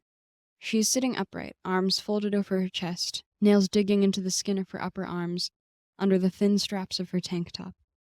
In the corner, the little space heater wheezes away, almost masking the panting of her breath. It is almost as harsh as the leashed monster. I sit at the base of the bed and look up, gauging a jump I've made 1,000 times before. I leap and she doesn't startle, though I land on her ankles. I climb over her blanket-covered legs and settle in with my back curled against her stomach, burying my nose in the soft fleece. For a while, there is nothing. Just her gasps and my low, rumbling purrs. I feel her fingers against my spine, digging into my fur as she cries. She lifts me into her arms and takes me into the office the next morning. I protest my removal from the patch of sun I had been relaxing in, but she ignores my cries and deposits me on the carpet, closing the door behind us. I leap into a box half filled with old papers and sit back, my eyes just reaching the cardboard lip. I lean forward to bite down on it, chewing idly as she logs onto her computer. There's absolutely nothing like starting your morning with cardboard. Usually she would notice, would rise from her chair to take it away from me with a stern no. Today, she does nothing.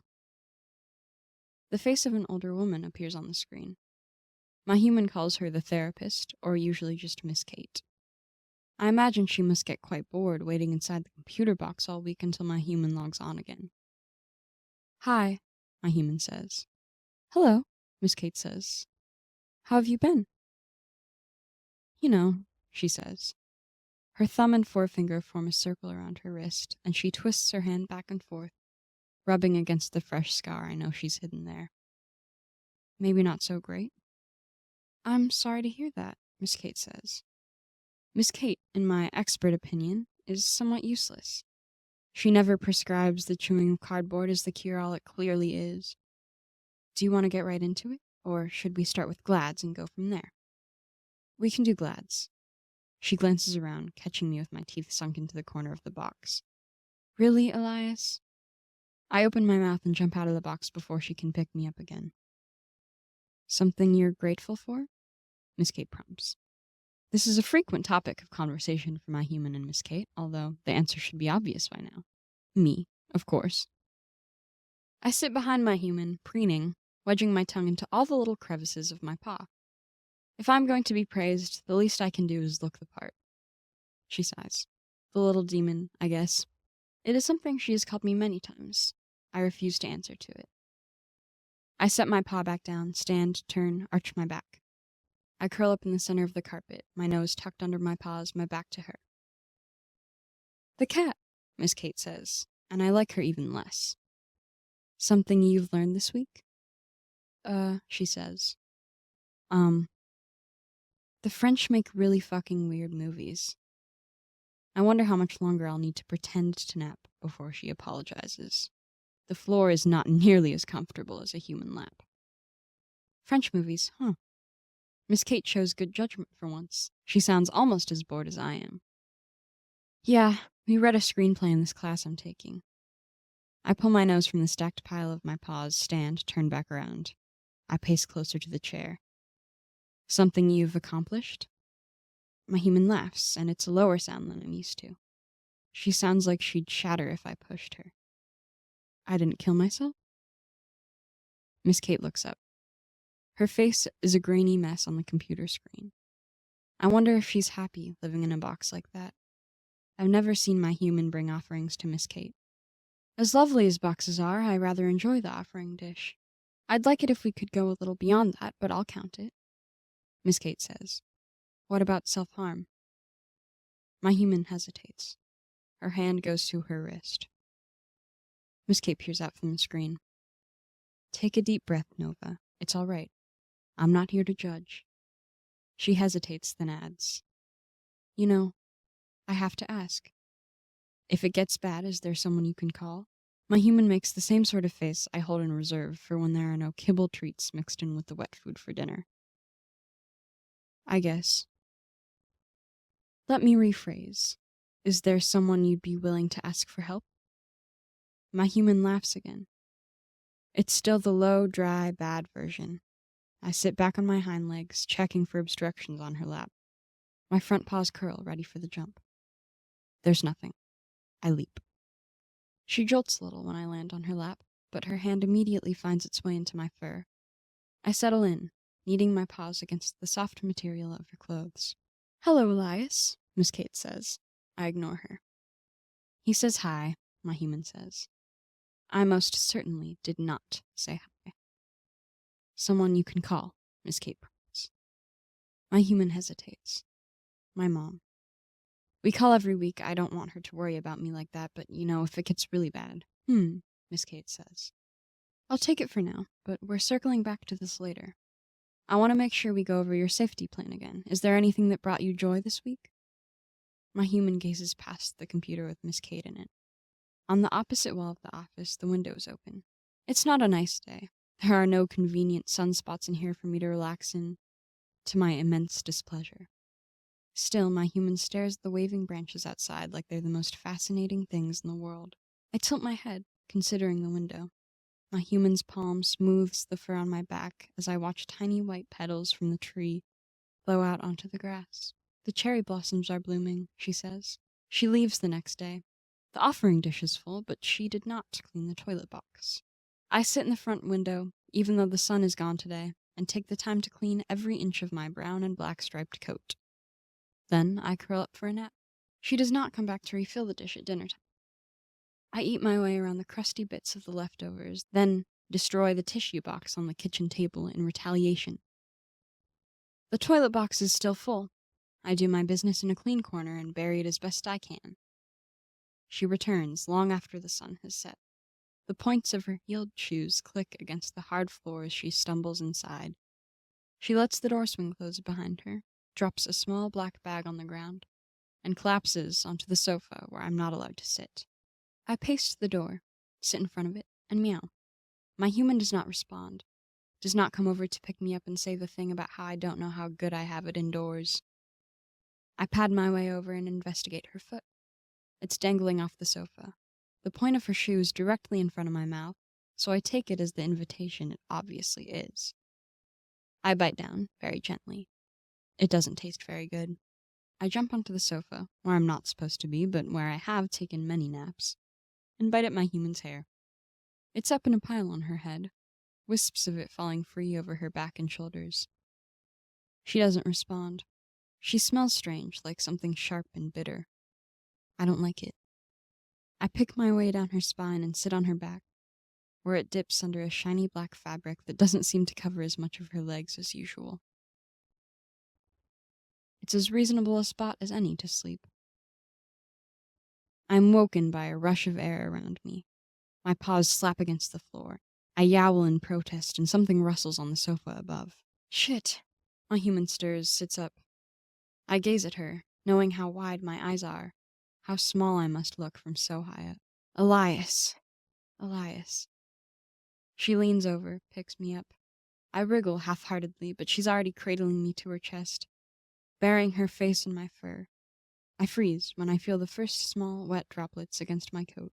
God, she says as I relax against her. I don't know who she thinks she's talking to. I am the only almighty being with any sway in her life, and my name is Elias. God, I didn't even clean the litter box yesterday. Her body lurches, and she drops me to the sofa before tipping off the couch. She stumbles into the bathroom on her pointed heels. I hear retching and decide not to investigate. When she comes out, her face is pale. Strands of hair cling to her cheeks. She's removed the shoes.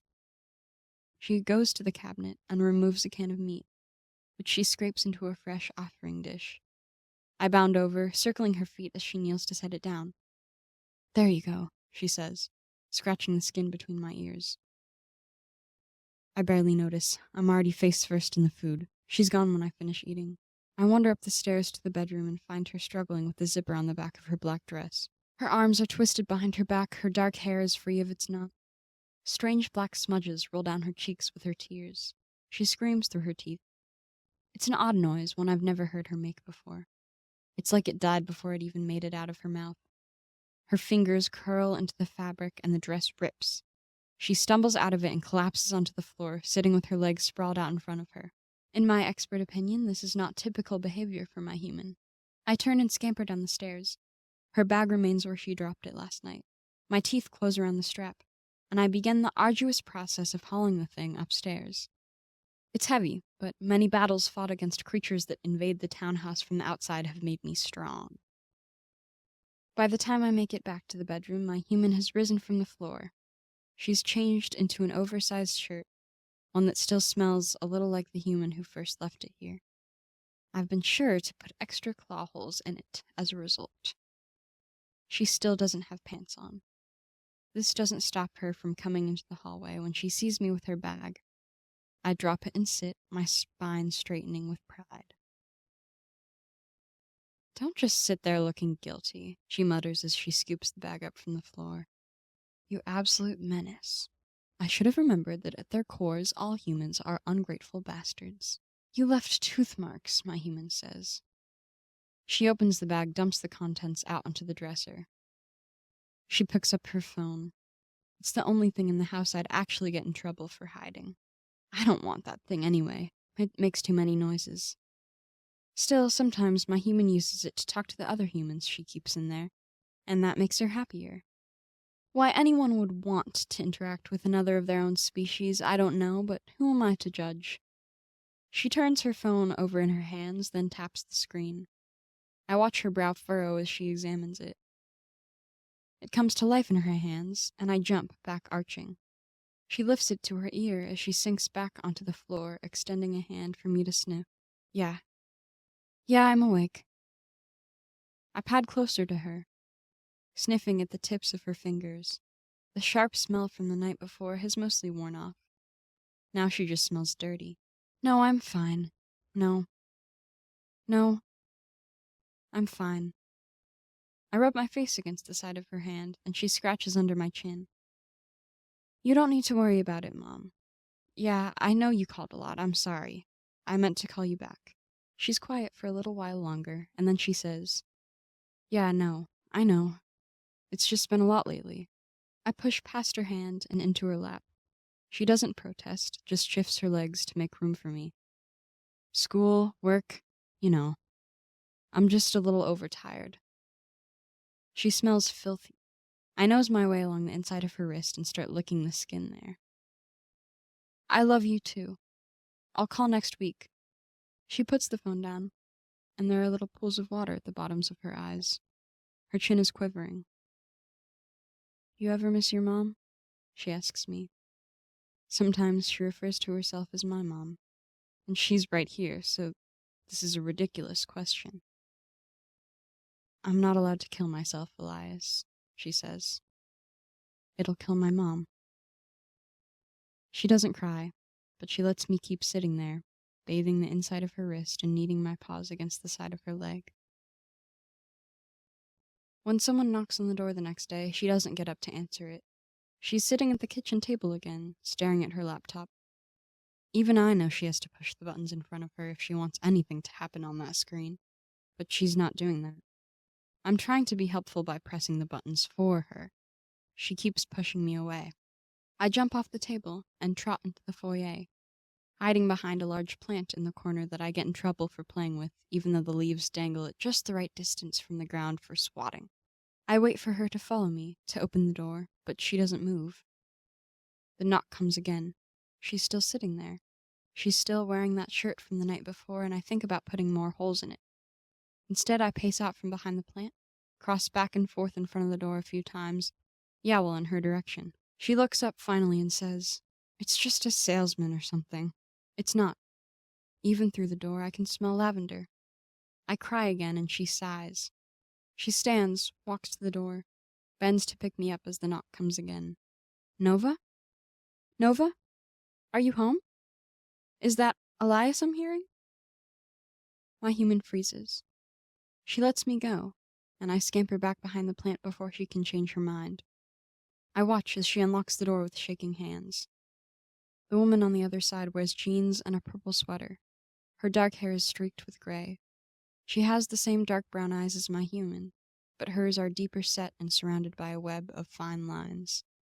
The smell of lavender wafts into the townhouse, set free from its usual imprisonment behind the phone screen. It's been a long time since she was here last, but I remember. Mom? My human asks. Oh, honey, her mother says. I watch her eyes flick from the shadows under my human's eyes to the scars on her arms. The mother reaches for my human, and they fall against each other. It will be okay, the mother says. You know that? I'm proud of you. Behind them, I can see the sun peeking out through the clouds, promising warmer spots to nap in. The wind rattles the branches of the cherry blossom tree, sending white petals spinning through the air. As my human lets go of her mother and leads her inside, one of them catches in her hair. As the door closes, I think it's a shame it didn't land somewhere closer to me. I'd love to know what a cherry blossom tastes like. Lost Boy and the Story Drinker. Written by Charlie Williams. Narrated by Newton Bersch. Captain? He awoke, all panic and thrashing limbs in the creaking dark. Where is your crew, Captain? His grasping hand found the torch, the oil jar beside it, the matches bound to the lid with string. He doused the torch head, angled it between his hook and forearm, and, with his good hand, set it to a match. Amber light filled the remains of his ship, playing across the round face of the helm, belly-up cannons and their carts, necks of wasted rum bottles and their cloying puddles, balusters of the ruined starboard rail spanning the overhead gloom like vertebrae in a felled giant's spine. Just above lay some 150 pounds of dripping rum barrel, stopped from crushing him flat in the night only by a length of horsehair rope strung taut with the strain. They're dead, Captain, aren't they? All of them. I know you. From the mouth of the wreck, where nautical smithereens gave way to glittering sand and sea, came the laugh of a child, impish, disembodied, somehow audible over the roar of the surf. Know me, but how can that be, Captain? You're the one who killed me, crew. You're Pan, you are. No, Captain, no. Pan sounded disappointed, but amusedly so. It was the crocodile that did it. Wrecked your ship, devoured your men, and took your hand. But you sent it. The captain gritted his brown teeth as he pulled himself up to a sitting position. You have a way over things here. Maybe so. He wandered out of the overturned hull to the beach, squinting in the sunshine. His ship was more pathetic from the outside. Hopes of repair died at the sight of the gash in the side, the same hollow he'd spent the night in. Even so, he began gathering wood from the debris scattered about the sand, making a pile by the opening. And what is it you're doing, Captain? He didn't answer. A plank of barnacle-crusted wood, sodden with brine, split to mush in his hand. He threw it down and reached for another. You can't hope to repair your ship single-handedly. Pan chuckled at his own humor. Intend to do just that. But haven't you tried this before? Aren't you weary of doing so again? Now he knew Pan was lying. How had he spent his time if not trying to depart this place? He drove a fist into his forehead, gritting his teeth, trying to force recollection. The days after the shipwreck seemed a murky jumble. He remembered as far back as the first sighting of Neverland, the beach and terraced jungle behind it, tiers adorned with snarls of green vine and opalescent waterfalls. The shout of, "Land ho!" followed by the splintering of wood, so many men hurled up, down into the fathomless waters, where awaited only the undulating scales and teeth of a creature so vast the depths swallowed the extremities of its shape. Then marooned, crawling up the beach, vomiting ocean water, collapsing in the shade of his doomed ship. Then, nothing. Black. And yet he knew Pan from prior days, recalled his feelings of animosity for the boy god in the same way he could recall love and respect for his lost men. Both were real to him, perfect memory be damned. Food would do you good, Pan counseled. There are edible fruits in the jungle, and wood you can cut for your project. Your supply here is nearly finished. He threw the last plank on his meager pile and ducked back into the ship. His boots and coat lay beside a wooden chest with iron trim. From inside he drew his cutlass and wineskin, strapping both to his hips with a length of raggedy leather. There was nothing else of necessity in the chest. He was hoping for a firearm, but found only a handful of coins and a journal mostly ruined by seawater. "Darling Wendy," one page began, but the following words had run together. "Don't drink earwax," advised the next. 5102979, the only legible line on another. Gibberish. He left it in the chest and picked his way out of the wreck. Properly outfitted, he started toward the looming jungle. Sometimes he muttered to himself, twirling fixedly at his sand-caked mustache with his hook. He walked up a shallow canal of intermingled sand and dirt, the way still of birdsong or the buzz of insects. The ground sloped gently at first, a difference slight enough that a man unaccustomed to rolling with the pitch of a ship might not have noticed. Hook treating you well? It itched him fiercely, not that he'd tell Pan. Somewhere in the wreckage was his chafing powder, good for when salt water irritated the skin around the stump, but it was of no use to him now. Smee, he thought, and with the remembrance of the name came warming fondness, gnawing regret. Smee would always powder it for me before my shave. Why do you suppose you killed him, Captain? He paused at the top of the path leading from the beach. All above was mountain wilderness, or trees, or ascending pathway, impossible to say which beneath the layers of creepers and shield-sized leaves. You killed him. He'd said it softly, but from the trees overhead came a returning, You killed him. lifting the leaves as it whispered along. Close by his ear it turned to a chuckle, and he swiped his hook savagely around to that area. Stop it! I'm sorry, Captain, but I won't have you pinning all the blame on me. You killed him, yes, and why? Pan's words held the tone of a reproachful parent. Oddly stung, the captain found himself lowering his eyes to count the sand crystals stuck to his boots. But with no clear reason for why he should suddenly behave so, the feeling of shame melted just as quickly into one of utmost self-contempt. He glared around at nothing in particular and muttered something under his breath. What was that? He wouldn't stop looking at my hook, he said again, louder. Yes, decades of service as his first mate, and Smee had never taken such open horror to the sight of his trusty prosthetic as after the wreck. What a strange reason to kill someone, especially a friend so loyal and dear. He lost his mind. Nothing else to be done. How humane of you, Captain. I'd not have expected such mercy from a hardened buccaneer. He's mocking me, the captain thought plainly, trudging onward. I shall keep my eyes on each tree I pass. A sign of him, and I'll gut him like a codfish, Captain. Gut me like a codfish? Witchcraft, he muttered, gaze flicking from trunk to trunk. Fey magic, voodoo. Around noon, Pan caused a great wind to sweep the bundle of gathered branches from the captain's arms, scattering them to the paths and foliage below. Pan did this twice more, always after the captain had amassed enough to perhaps be satisfied and turn for the beach. Each time the captain screamed curses to the sky, vowed death and destruction for Pan and all his fey friends, and shook his hook in the air, twice drawing his cutlass to swipe at nothing at all. He ceased partway through the third tantrum, allowing his sword to fall harmlessly back into its scabbard. That's not... What is it, Captain? You almost had me. He squeezed his eyes shut, shook his head. Why have I chased you so?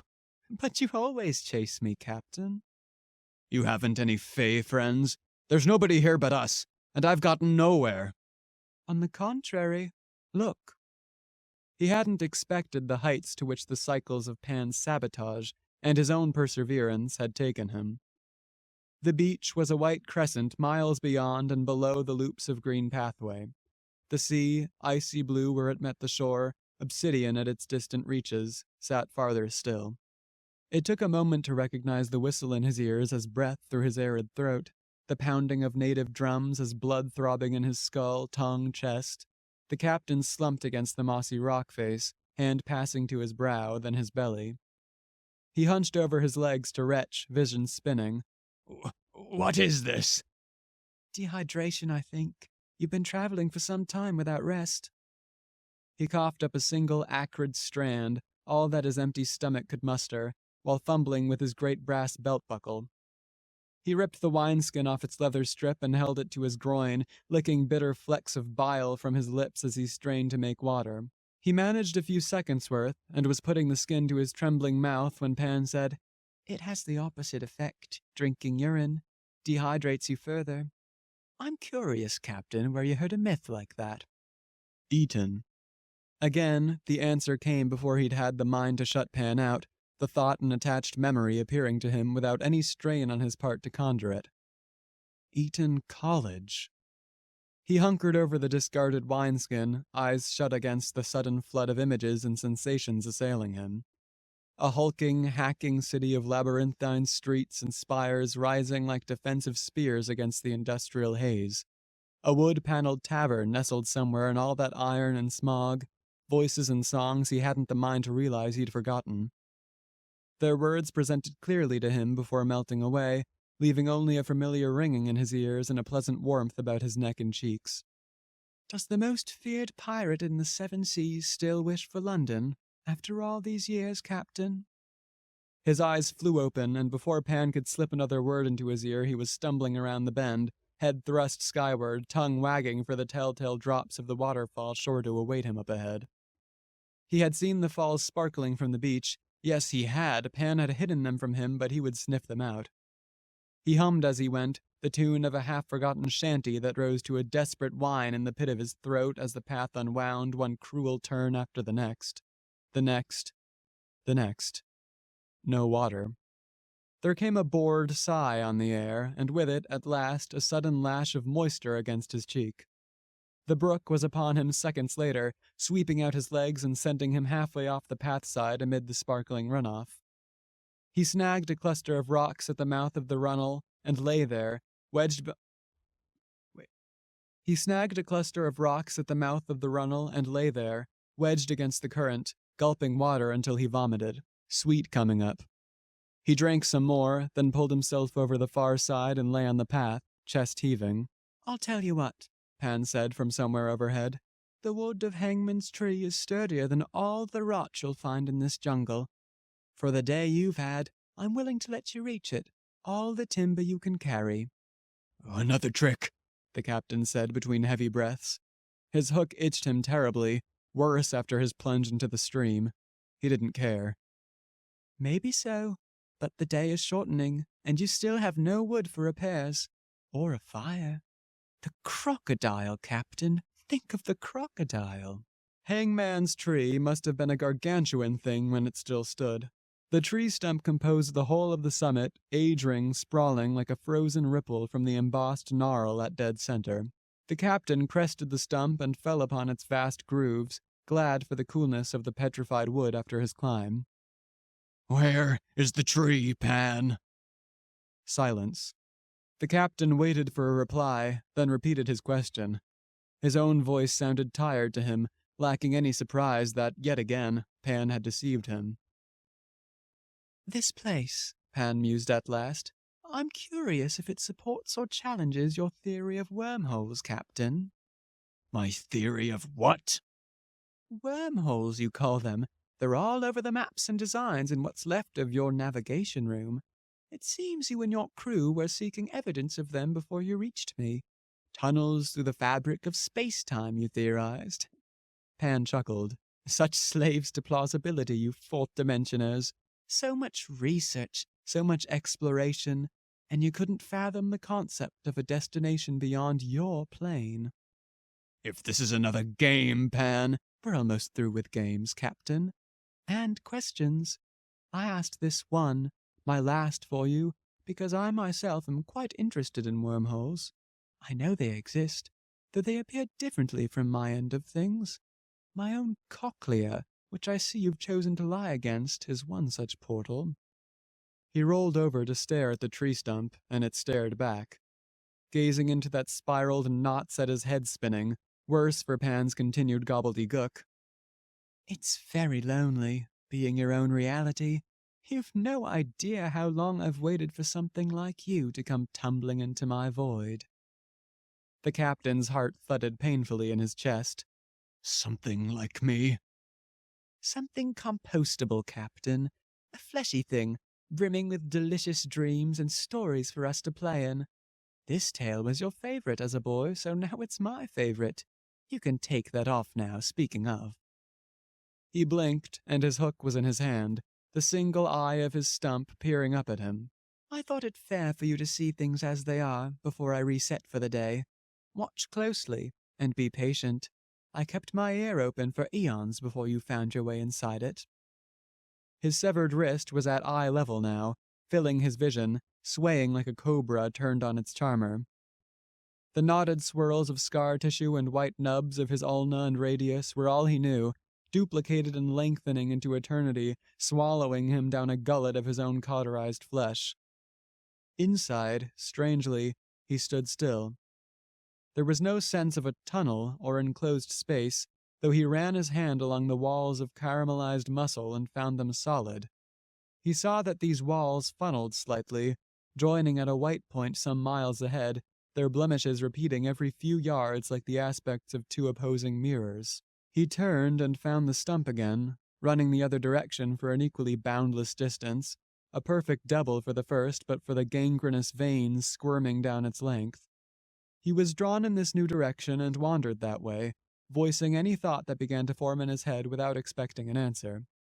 Often his words felt informed by an elsewhere mind, snatches of memory and reasonings with no immediate sense of ownership attached to them. There's no crocodile, is there? Something crashed us, but can't remember. We were searching for time bridges in the Messier cluster. No, Aldebaran, second star on the right, straight on till... How's it I've been breathing without life support all this time? James, my name is James. James Hook, scourge of the... No, that's all wrong. Hook was when I had me Jolly Roger, me crew. Smee, I guess I killed, but what about the others? Mullins, Jukes, Starkey? Why am I dressed like a pirate? Far ahead, the twin circles of bone seemed to be growing larger with every step he took. Finite after all. 5 minutes more along the ridged archway, his stump began to itch again. Absent-mindedly, he began digging pieces out of the fused flesh and casting them behind him. He had to stop 15 minutes later, leaning against the side of the flesh tunnel with his head in his hand. The images in his mind flashed by quicker than those of London, in greater clarity, and were entirely alien to him. A ship, nothing like his galleon, sleek and white, with fins like a fish and cannons aft, each barrel mouth large enough to swallow a man. A ladder leading up to a hatchway in the side of this ship, his own hand waving out of a spotless glass window, the smell of ozone, sterile gunpowder, engine roar, greater than all the artillery in the world, greater than the sea. At the point where their terrible noise became deafening, it all vanished, and he was able to move on. Smee met him 45 minutes later. The dead man wore a bizarre aluminum jumpsuit and a crooked leer, clutching a photograph in one hand and coils of spilled intestine in the other. "Captain," Smee said. "Oh, God," the captain said. Smee dropped his entrails to jab at the picture. Himself and a beaming blonde woman. The bluish coils squished against the ground between his legs, pooled there. The captain's fingers began to knead the flesh of his own belly, as though checking it for similar leakage. "Promised my Wendy you'd get us home safe. And what for that you can't?" "Forgive me, Smee. Oh, God. Stuck some junk in your arm, then opened me up for criticizing you for it. Did I deserve that, James? Did I?" He stumbled on, weeping, and did not slow until Smee's voice faded away. "These aren't even our real names," he thought serenely, wiping at his tears. He smiled. "We're just playing pretend. Pretend on pretend on pretend." He giggled and giggled until the weeping came back. The twin portals of smoothed bone, colossal, gaped down at him as he approached. A pale glow brightened the way around each opening, caustic light patterns dancing up the walls and ceiling of the passageway. Bathed in the penumbra, he remembered Smee, and what he'd done to him, and why, and he began to sob, the grief so enveloping that he hardly noticed the change in feeling within his stump, no longer an itch but a starving burn. Still weeping, cradling what remained of his arm, whispering pleas for forgiveness and death, he stepped through the larger portal, his radius bone, and found himself returned. For a moment he still knelt at the summit of the tiered mountain, familiar ground beneath him, earthy scent of bark and jungle moss all around. His hook was still in his hand, bare stump itching dully. The sight and sensation of these things were at first enough to sell their reality, and when the first blink came he was able to overlook it as just another of Pan's tricks that, this time, he wouldn't fall for. In this first blink, during which the wood of the tree stump became tallow-colored and calcified underhand, he clung to the smell of earth in his nose until the correct summit returned. In the next, when the sleeves of his velvet petticoat and lace undershirt fell to a tattered silver jumpsuit, a cane of stained rebar in one hand and a pus-clogged wound in place of the other, he closed his eyes and held tight to the memory of his itching stump, counting his breaths. "Cock-a-craw," Pan crowed, and there was nowhere in Neverland that hellish trill was not. "Craw, craw, nighttime codfish craw, get ye gone, little fish, scurry scuttle." And the captain went, crying and whimpering and screaming and laughing, over the side of the hideous spiral, down the tiers in a miserable, maddened tumble. The path underfoot seemed unable to decide whether to keep its mask. It was dirt, bramble, and jungle moss one moment, flaxen, hair like grass, and ossified cartilage the next. He rounded another bend and deposited knee-deep into what had been the brook, punching through the tallow goo that slouched with the sluggishness and consistency of magma where water had run. He associated that sludge with a sour taste in his mouth and some warning words in a waterlogged journal, and what he vomited up looked like the oozing current, and it was swept indifferently away. This nearly proved too much. He might have keeled over and been swept away himself, but Pan's voice came close behind, crowing, "Caw-craw! Onward! Codfish, onward!" And he screamed back that he wasn't a codfish. No, he wasn't. This insistence, evidence of a snapped mind, seemed to placate Pan into silence, but the captain was already back in motion before the words left his mouth. He pulled himself free, leaving behind a boot, white silicon, steel-toed, the printed words UK Space Agency visible beneath a flag of superimposed red, white, and blue crosses, in his haste to exit the muck and scramble on. He pushed through an intestinal tangle of ventricles, arms wrapped over his face. Beyond, down the pale canal, lay the beach, the promising sea, his ship. His ship! All reverted as he approached, as though Pan was reluctant to relinquish the gag just yet. The elaborate gold stern returned moonlight in ghostly green bands across the sand. Wrecked mizzenmast and crow's nest creaked conspiratorially. Then came another blink, just as he threw himself down on the sand in an effort to worm as far into the safety of the wreck as he could. In that blink he saw the nose of the shuttle from his vision in the stump, a solitary white fin still clinging to the cylindrical body by drooping lengths of metal sinew, curled strips of aluminum flesh. Stern and captain's cabin turned to the black-mouthed cannon engines, deep, dark, and dead, 3 silent O's of apparent shock turned to the ink-dark sky. He crawled inside the wreckage with a moan in the direction that felt like up. Under a grime-grayed archway of synthetic rubber, tatters of exposed electrical wire spilling down its length. Through a trapdoor half-jammed by an oak board laid across the other side. "Walk the plank," he thought in vacant sing-song. "Walk the plank, walk the plank, walk the plank, walk the plank." Between 2 rows of padded silicon seats, the reek of rum, ozone, metal, and charred meat seemed to tug at his flesh, weighing him down. Near the ship's wheel, he became hopelessly entangled in a mess of horsehair rope, now seatbelt straps, and hung in the fabric and the steely wrought. His blood was thunder in his ears, vision warped by the nauseating sensation of being upside down no matter which way he turned. He caught sight of a beastly something in the ruins, screamed his throat raw, and shrank into the tangle of seatbelts which seemed to choose that very moment to let him go. The space near the bow, previously occupied by the helm, now comprised an arachnoid array of computer screens, soulless matte eyes and the snaggle-toothed legions of switches and dials between them. He fell against the control panel, sobbing, holding his head aloft from the venomous pinchers sure to latch into him at any moment. His good hand could not recall the hours it had spent memorizing each feature of the computer array, and it began making frenzied grasps at the seatbelts hanging just out of reach. In a final act of desperation, he swiped at the straps with his hook, and he loosed a triumphant whoop as he did so, knowing that his trusty prosthetic would close the distance. A sane sliver of the captain's being, perhaps the last such piece amid the rubble of his psyche, understood what was about to happen as his hook hurtled toward the seatbelt tangle. He choked on his cheer and watched his arm fly, watched the green-brown blur of sores, veins, hair, and crudely bent rebar, watched a thin tatter of flesh tear from his stump and flutter somewhere else, watched a birthmark he'd never noticed before.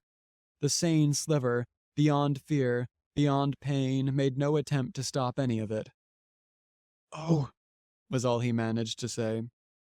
Then rebar met seatbelt, and seatbelt tore rebar halfway out of his infection-softened forearm, and he fell back against the control panel with a howl.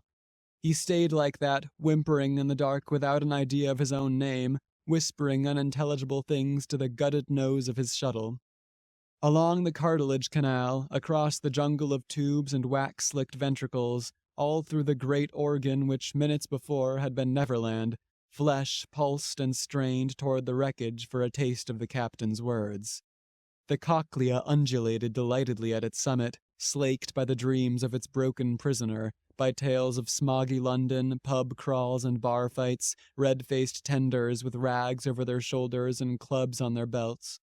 visions of a cosmos not its own, pastel smears of galaxies and asteroid pepperings set against an impossible void, starships rocketing to destinations yet unknown by the crews slumbering within, shanties of the high seas and her fathomless depths, her monsters, her treasures, battles, lovers, sweet rum, daring escapes. The captain succumbed to exhaustion a few hours later. Falling back against the control panel, his ear flicked a switch that, were the ship still adrift in space, would have set a course for one of Jupiter's lesser-known moons. That single click, and the captain's continued mutters as sleep claimed him, were the only noises to stir the carcass of the shuttle.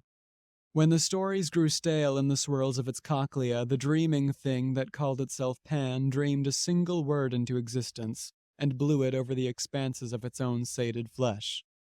Where that whisper passed, Neverland appeared, faint at first, just the outline of moss and leaves, bark, the curvature of stone, gradually growing in opacity until all was whole, solid, real. The word passed through the external canal, sowing dirt and white sand in its wake. Down to the beach, to the shuttle and its single occupant. The control panel, what he'd mistook for a great spider, seemed to tug down and away, as though the whole array was merely the pattern on a pulled curtain. In place of the computer screens went the ship's helm. Beneath it, the captain slumped down to the sandy floor and did not wake. When he rose and dressed, as he had all the countless mornings since his arrival on December 5th, 2979, he might reach up and give the wheel an idle spin, his mind going to memories of sea-borne battles and adventures never his own. He'd look at the rebar stuck through his amputated wrist and see his trusty prosthetic, a vestige of his swashbuckling life to aid him in his struggle against the boy god Pan. Pan, he whispered, and frowned in his sleep. What delicious stories might the dreaming universe squeeze out of him today? Curious, insistent, the whispered word was at the galleon, inside the wreckage, dancing about his ears like a child calling an elder out to play. "Captain," it murmured. "Captain." About the authors. Zenia Dehaven is a second-year graduate student in Emerson's Popular Fiction Writing and Publishing MFA. Their work is published or forthcoming in Fruit Slice, Siva Magazine, Nova Prism, and Page Turner Magazine. When they're not writing, they enjoy video games, group exercise classes, and giving their dogs well-deserved scritches. At @ZeniaDehaven_. Mimi Newman, any pronouns, is a sophomore creative writing student from London, England. When they aren't writing weird genre fiction, they work for Concrete and Green Mag, co-host the Not Serious People podcast, and love to read all things high fantasy. Born in Maine and currently living in Boston, Jagger Van Vliet is an undergraduate student at Emerson College studying writing, literature, and publishing. Their other works can be found in Index, Generic Magazine, Siva, High Tide Literary Magazine, and Concrete Magazine. Presently, they work as the editorial head at a Boston-based fashion magazine. Jagger is, above all else, a Dadaist, writing mainly novels, novellas, and short fiction prose, as well as numerous editorial pieces. Charlie Williams, he/him, is a senior creative writing major from Northern Virginia. His work has been published in Page Turner Magazine, Euonia Review, and Maudlin House. He is not a codfish. Rita Chun, she/her, Emerson 25, creative writing BFA, is a South Korean writer, musician, and artist. She is the founder of Writer's Block, a community for writers and poets. Her work has been published by Euonia Review, Wild Press, Lunchbox Magazine, and Rabbit Hole. Exploring the beautiful and painful aspects of being human is a through line in her multidisciplinary art. Sam Kostakis, he, is a creative writing major, class of 2025, and the president of Theta, published in Page Turner Magazine, and proud owner of 2 cats named April and Finn. The end. Thank you for listening to Stork Magazine, Volume 37, the Fall 2024 issue.